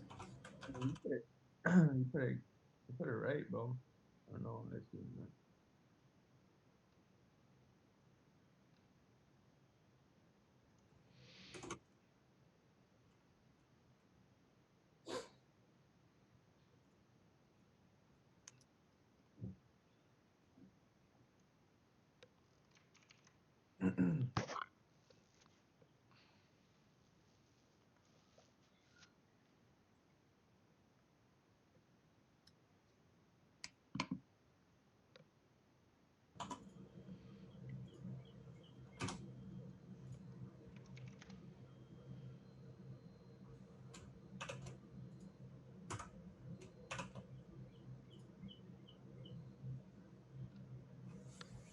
What? And this is how you start a function, right? The definition of a random name of a function, def p. There's supposed to be 2 parameters, but we only chose 1. Parentheses and then a semicolon.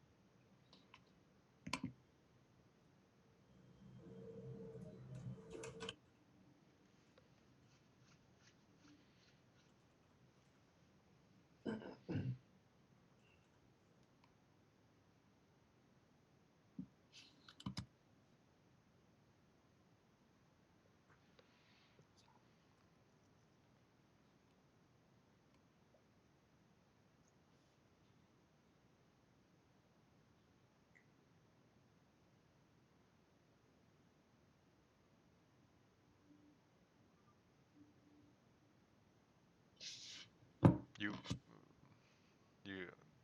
you put IN1 instead of INT1.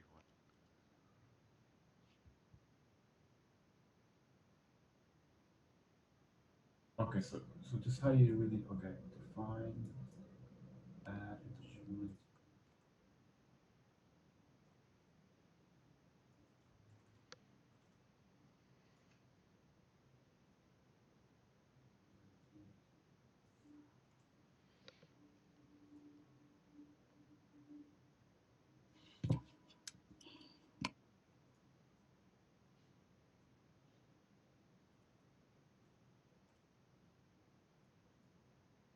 I've tried this too. Like spent like a I whole don't know 5 what minutes this trying to do is. this. Yo, my brother just told me it should just return as true. That's it. Okay. So just true. Yeah, I'm just putting true, bro. All right. Thanks. Right, just to recap. One is may have no parameter, 2 parentheses, 3 would be add, sum equals to integer 1, integer 2. 4, line 2 not indented. 5 is, we got that. 6, we also have that. 7 is true. 8 is print today's date. 9 is 4 A's. 10 would be 2, 3.4, 2 and 4. And then she said 11 is optional. Yeah, if you have time. Oh, I bro. found the code for it. Hold on. I don't know if it's gonna work though. Yo, I just accidentally like lost all my answers, bro. You got I'll put it 5 in the minutes. chat. You got 5 minutes. Have to scroll down from 1. Yeah, no parameters, parentheses, sum. Okay, add. Okay. Add sum equals int 1.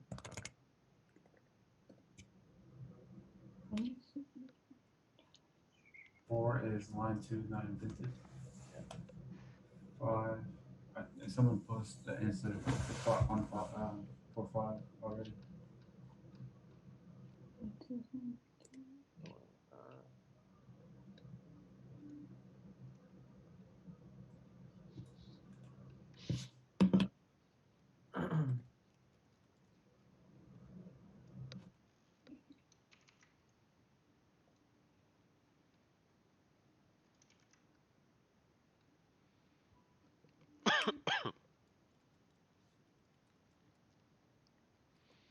I didn't check the code if anybody wants to check what I just put.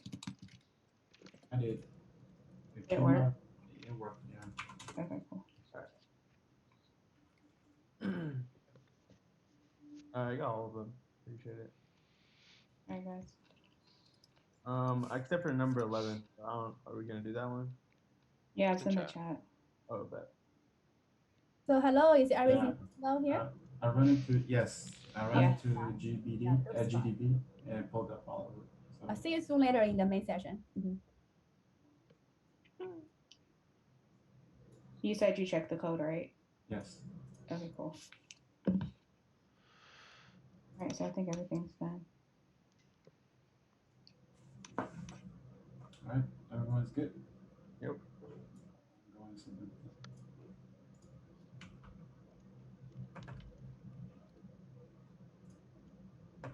Did you guys get on a quiz 3? I got 75. I did horrible. I didn't even study for it. I didn't know it was a quiz. I got a 60. I studied for it and I got a 64. Really? Yeah, it's one of the bad ones. I hope she drops one or does something. She never says anything about dropping it. I hope she does though.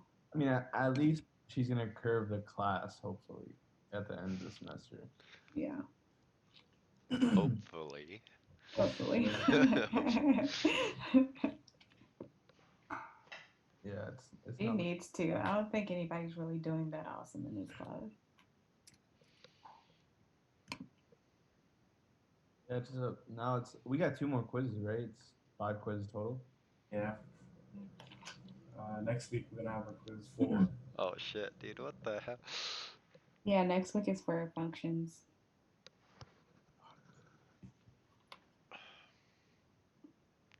She said the project is due on the 20th, right? Yeah, presentation or something like that. Yeah, You we gotta gotta present. submit it. We have to on present 18. it. Yeah. That's what she said it like 10 times, dude. Did she ever email us back about if our race was good or not, or do we need to talk to her?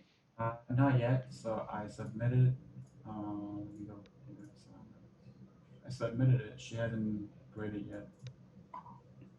Okay, so we're just gonna wait on the grade and then go from there. Yeah, because she's supposed to give us a green Okay. light for us to. One of the other members, they're going for a tip calculator, something like that, as their project. What? It's they're another member, like another group is gonna do a tip calculator. Oh, tip calculator. Oh. Like gratuity. Yeah. Yeah. Oh, okay. So I mean, Yo, isn't that like super easy? Like, yeah. So it's not too advanced or anything like that. So I think they're straight. isn't that like a 5-line project? Honestly, probably. Each member gets 1 line. Who really wants to do a project nearing the end of the semester like this? Bro? I know, right? I was going above and beyond. I was like web scrapping. I like gotta download Beautiful Soup, get a tracking number. I'm like shit. Never mind. Dude, I was kind of scared because I'm like, I Got don't too know how to do this, dude. elaborate. Yeah. Yeah. Honestly, I still don't know how to do it, but Yeah, I don't either. That's why I was getting confused. I'm like, what are we doing? That was a good thing we changed it. all right. All right, guys.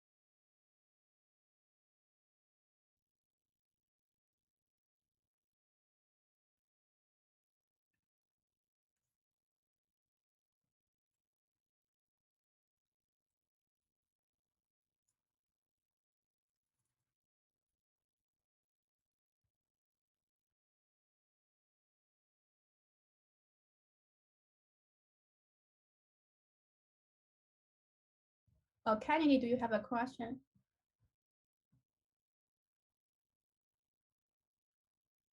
Oh, you do not have to complete all, okay? Oh, so just first 10 questions.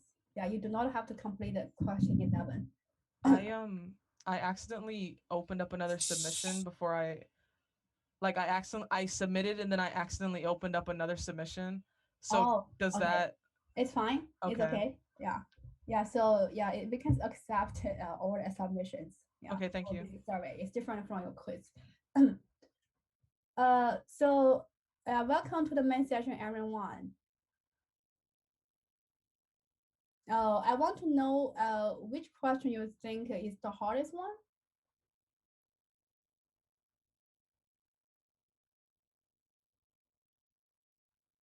Question 4. Question 4, right? Okay. 6. And the other? 4 and 10. 4 and 10. So we talk about 11 next time. Okay. 6 was pretty difficult as well. 4, 6, 10. Okay, so let me talk about these 3 questions first. Yeah. So number 4, it asks you to correct the program. Okay. So Yeah, it's tedious when I'm showing the program at college, but maybe you can still see the spaces here, okay? And unfortunately, there is no space before line number 2.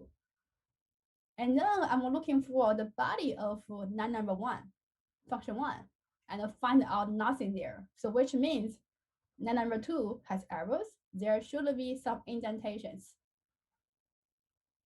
Got it? Yeah. So line number 2 is the body of function 1, and then 5 to 10 are the body of function 2. The number 12 is just a statement outside the function. So there's only one error here, line number 2.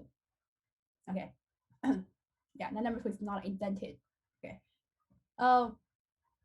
Then question 6. So question 6 asks us to use max2 to find out the largest one among the 4 values.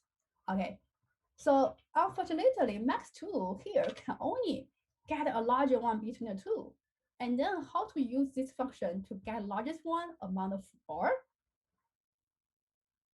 This problem is very common in future. When we are going to use some library tool, the library tool does not fit our need very precisely, and then we should think about still how to make it work. Okay, yeah, how to make it work. So max2 here can get the larger one between the 2. So how about this? We get a larger one between the 2, and call max2 again to get a larger one between P3 and P4. And after that, we will have 2 larger ones. And then how about we call max2 again to get the largest one? Okay, so at least I think max2 should be called as 3 times. Like this summation. Remember to use max2. Okay, it's not called as max. Yeah, the name must be the same name that we defined in the function. It's called as max2. So how about we get a larger one between population 1, population 2, and get a larger one between 3 and 4.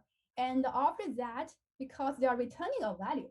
So as I mentioned before, if a function returns a value, and then you can also use this return value in the expression or another function called max2 here again. Okay, so the first value coming from the return value of the max2. The second value also coming from the return value of another function called max2. Okay, does this make sense to you all now?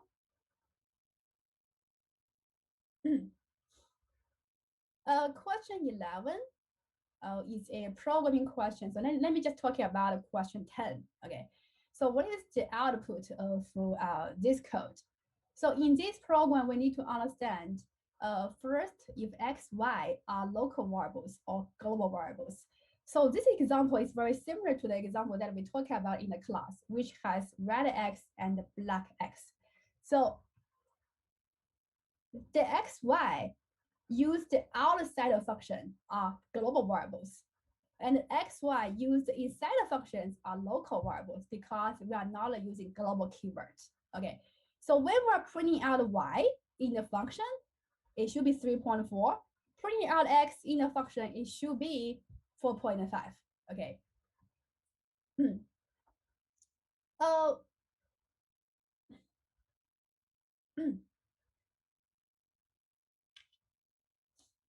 So when this program is executing, the first line we should take care is assign 2 to x, then assign 4 to y. And then we will call the function x, the value of x2 is passed to the input variable x. Okay, so this x here has a value 2. When we are going to print out the value x, it should be number 2 again. But this x is different from the x in the outside of function, even though they have the same name. And then we can assign 4.5 to x, 3.4 to y. When we're assigning 4.5 to x, the x global variable x does not change, okay, because they are different. And we can still print out y, so y has a value 3.4. So when the function returns, we go back to print x, okay, and print out global variable x value, which is 2, and print out global variable y value, which is 4. Okay, so the output is like this one. Yeah, you can easily get output when you use the 9GDB or IDE, but we should know why the values are printing out. Yeah, because in the quiz or exam, you cannot use the Python interpreter anymore. Okay. Any more questions regarding this exercise? Any more questions? Okay. If you have no question, then let me briefly start the chapter 7 list. Okay, because you may need to use the list in your own project.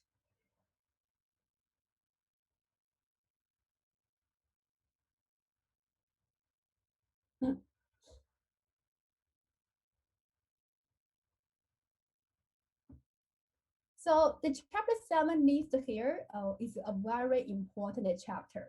Okay, it's a very important chapter. So let me start it this week, and the next week we will talk about in details what is list and how to use multiple list. Okay, so the list we are talking about in this chapter is just like a one row table. Okay, it's just like a one row table. Yeah, but when next class we will talk about multiple list. Then you can think about multiple list as a 2D table, as rows and multiple columns. Okay, yeah. So the list we're talking about here is just like a one row table. And what is the benefit of using the list? What is the difference between the list and the other data structures? Okay, so we say list is a kind of data structure. What is the meaning of data structure? Data structure means how we organize the data from our source. Yeah. For example, we may need to read an article and find out the frequency of each word in this article. And then we will get a lot of results, the values, the integers. Or can we store each individual value, the frequency, using a single variable? For example, if I'm going to count the frequency of 100 words, then there should be 100 keyword values I should consider about store in my program. Okay, then should I store each value in a individual variable? And then my program should have 100 variables, right, to store each frequency. And this will make my program too long and also hard to maintain. Okay, yeah, because I'm not using a data structure at all. So in order to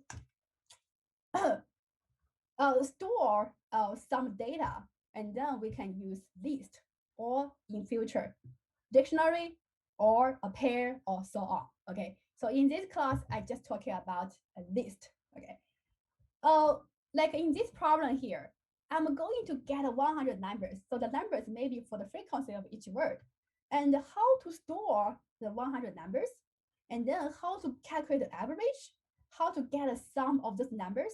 Yeah, this is a task that we want to talk about in this chapter. How to store the data and process data in the list. Okay, so to store data here, we can use a list. So list is just like a one row table. Yeah, we have one row table. Yeah, and we also we will talk about. So once this one row table is created, then what function library functions we can use to process this one row table? Can we get a max of the elements in this one row table? Can we get a minimum? And can we get the number of the length of this one row table? Okay, and so on, the functions. And we will also talk about list comprehension. So list comprehension is a unique feature in Python. It can help us to create a one row table. Yeah. And then we will talk about how to traverse each element in this one row table. Yeah, how to traverse each element and how to compare the lists. So we may have multiple one row table and how to compare them. And then how to copy the list. So we may want to use another name to associate the table. Yeah. And we may want to create a new one row table there. How to copy the elements. The list can also be used in function as an input parameter. So maybe the question will become as, can we get a list as an input value instead of a single number as an input value?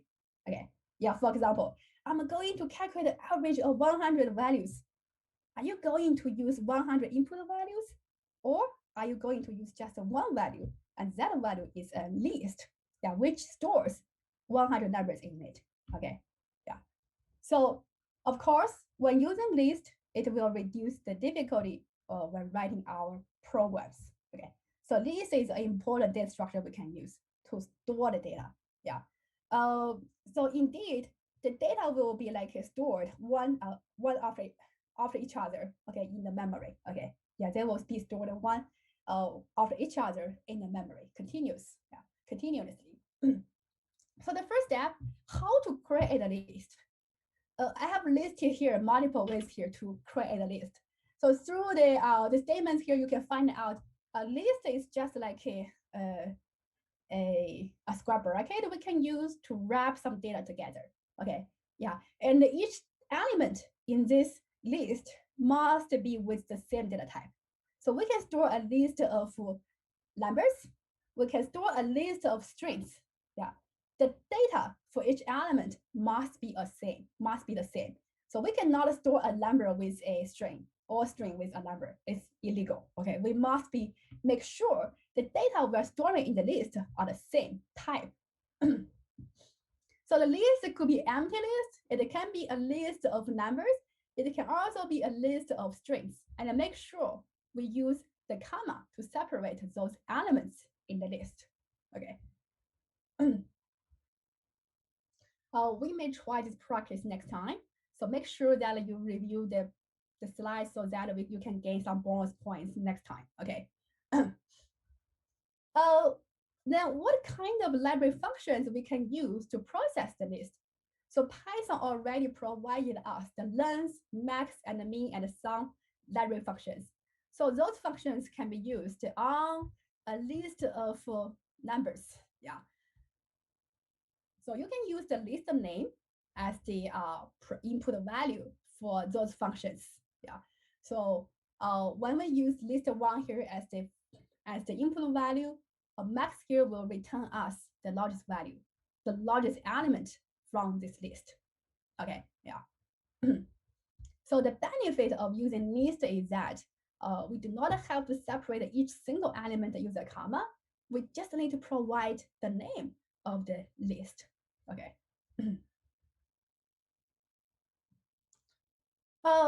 So the list can help us to wrap some data together, and then how to fetch each element from this list. Because the elements are stored one after each other in the list. So we can use the offset. Okay, we can use the offset of each member from the beginning to get its element, the value. For example, here, my list is associated with a list which has like 10 elements here. Okay, which has 10 elements here. In order to get the first element, we just need to tell Python what is the offset between the current element and the first element. And of course, the offset for the first element should be 0. Okay, and then 1, and then 9, so on. Yeah, because we have 10 elements in total here. So the index of each element starts from 0 to 9. Okay, starts from 0 to 9. So when talking about the strings, I already told you how to fetch each character from a string using the square bracket, right? So we can also fetch one element from the list using the bracket with the index of that element in the list. So the index still starts from 0 until length minus 1. Okay, until length minus 1.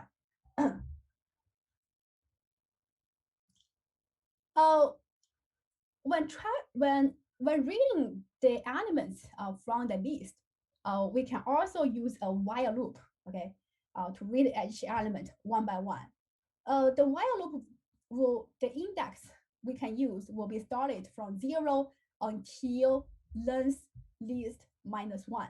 Okay, However, if we are not clear about it, if we are using the length directly for the index, and then there will be a arrow called as index out of bound arrow. Okay, it's a runtime arrow. Maybe you can also try this program at home by yourself. When using list, so feel free to use some special characters here to do operations on the list. So we can use plus sign to combine two lists. So which means we will just get a union of the elements from the lists. Okay, and we can also use multiplication to get like a duplicate elements in the list from the list. And we can also use this slice operator to get a section from the list. Okay, a section from the list. So list comprehension can help us to create a list. Okay, you can read the syntax of that, and we can talk about that in details next class. Okay. And then that's what I want to talk about this class for list. Yeah. Then let me quickly go through one question in your quiz. Okay. The filling blank question in your quiz. And then I will give you time to complete your bonus quiz.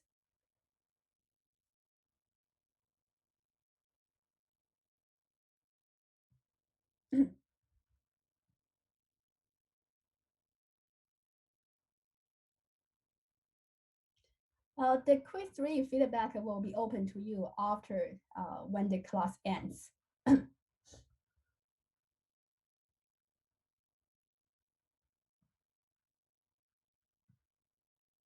So on screen, you can find out the statistics of the filling blank question for your quiz 3. Many students lost a point in this question.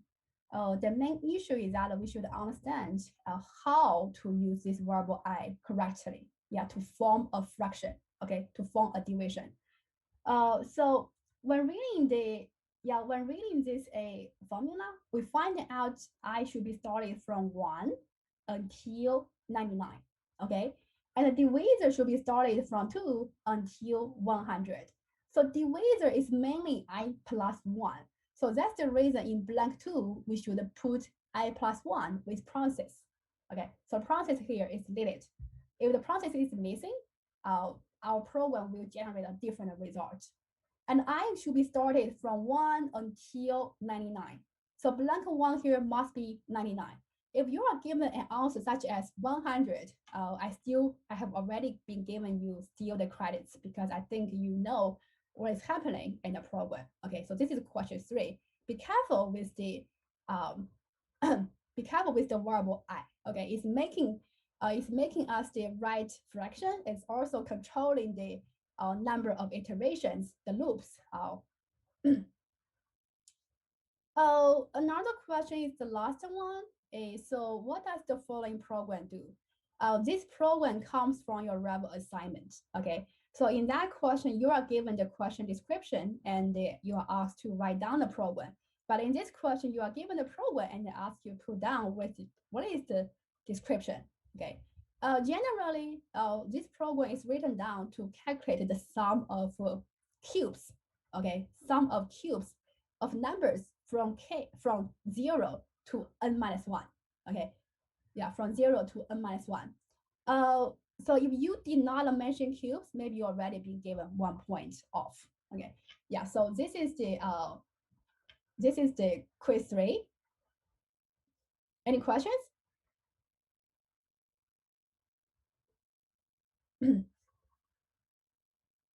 Any questions for quiz 3? The 2 questions here. If you have no questions, you can start doing your bonus quiz. So I have already set like 10 minutes for you to complete the bonus quiz.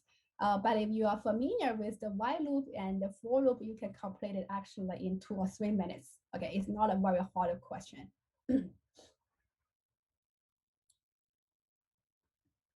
How many points will be added if we completed it? If you completed it with 80% of grades, you will be gain like 1 bonus point added to your final grade. Professor, Yeah. where is the quiz? I'm going to open the quiz for you now, so you can complete it by 3:45. But as I just mentioned, okay, actually you do not need to use 10 minutes. Yeah. So it's going to be under the quizzes, right? Yeah, it's going to be under the quiz. So let me open that for you now. Can you see it now?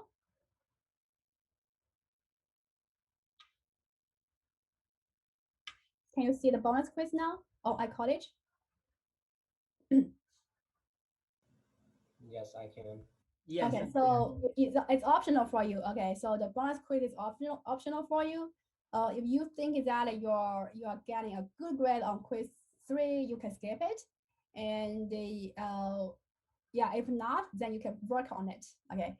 And then when you finish, then you can leave the meeting room now. Yeah, if you still have questions, I will be in the meeting room until 3:25. So feel free to ask me questions before that. I have a quick question. So, Okay.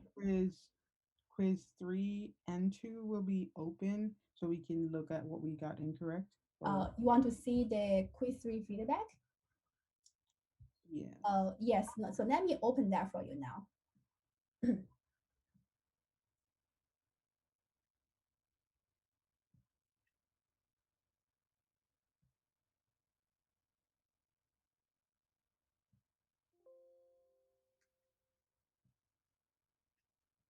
So you should be able to see the feedback of your quiz 3 now, and also your quiz 3 grade at a grade item. Okay. Okay, thank you. You're welcome.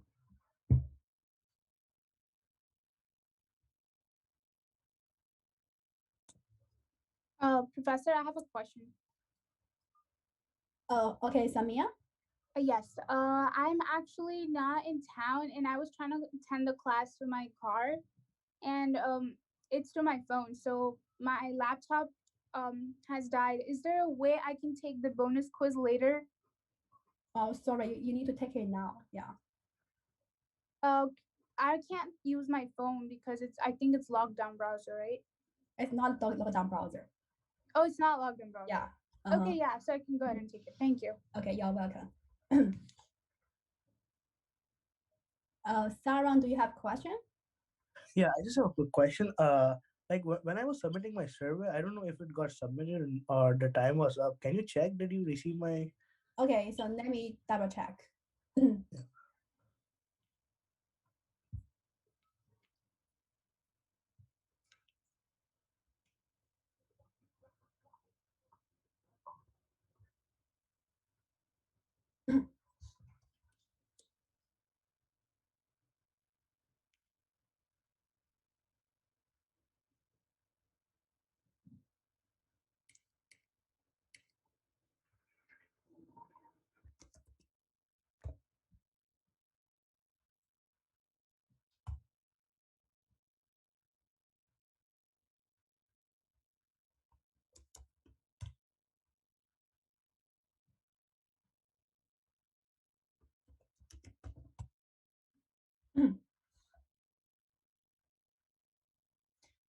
Sarah, when did you submit it? I cannot see it.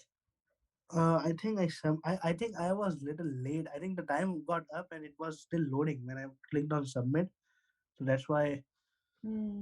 Is there any way I can just submit like in 1 minute? Maybe you can give me. You can reopen it. Yeah, you can reopen it. Because I don't see it like when I You go see on. it It's now? not there anymore. It's gone. Oh, okay. Okay, let me give you permission to open it. Yeah. Okay. And the bonus quiz is open till 3:45, right? The bonus quiz will end around 3:25. Oh, it will end. Oh, in 5 minutes. Yes. Oh, okay. So can I do that first and then do this? Yeah, sure. Okay. Okay. Mm-hmm. Professor Long, I think I might have had the same issue as him. Could you check to see if mine is there? Sorry, could you let me know what's your name? Samantha Mulkey. Samantha, okay. Same thing for me, Professor Sahaj.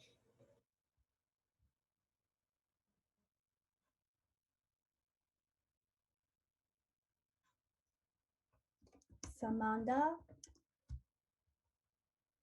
it's not there. Yeah. And who else? Sahaj. Sahaj, okay. Last name Chopra. Okay, so let me give you 5, okay, extended submission for another 10 minutes, okay?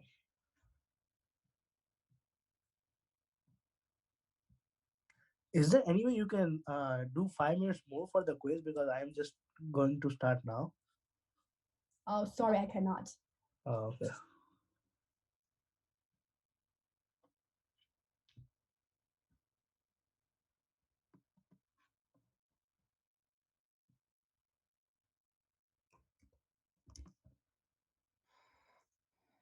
Sahaj, your submission is there. So I was reviewing a different session, so that's the reason your submission was not there before. Sahaj Shabara, right? Yep, that'll be me. Thank you for double checking. Yeah.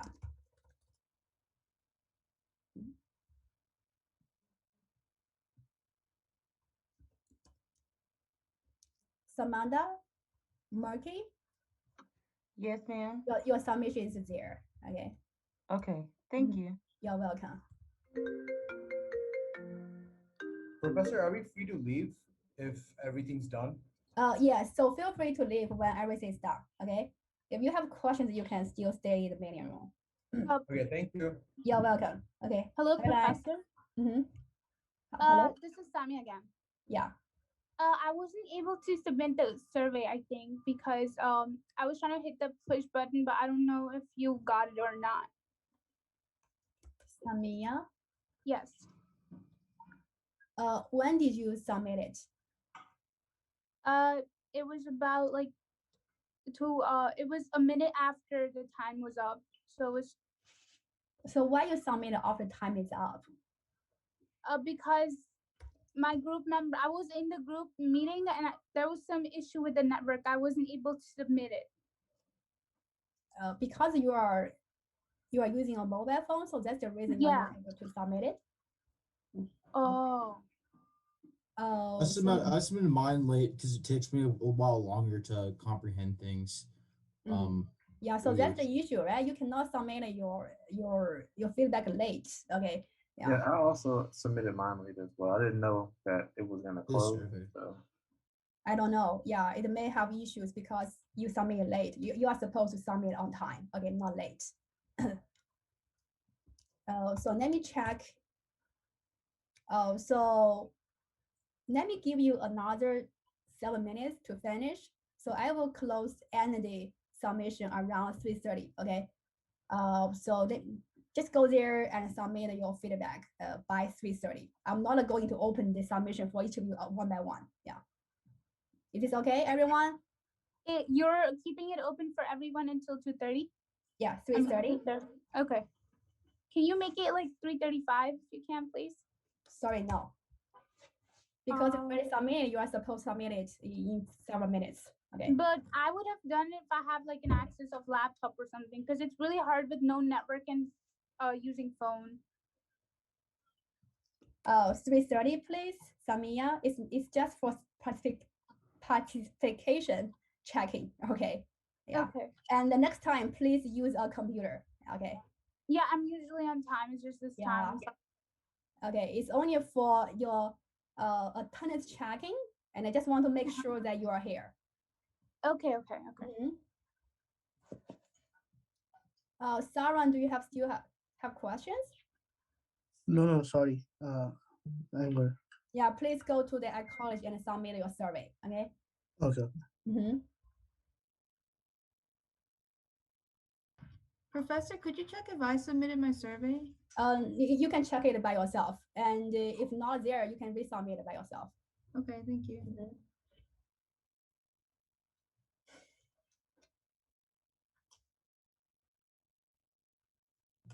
All right, have a great day, Professor.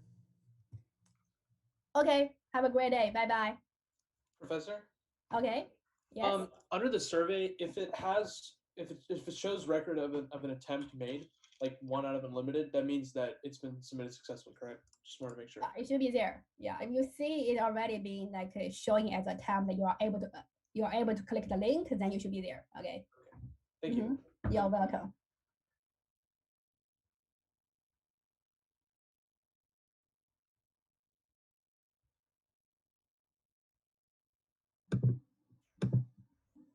Hey, Professor, I have a quick question. Yes. I heard I had the volume down really low when I was taking my the bonus quiz. I heard someone talking about a survey. The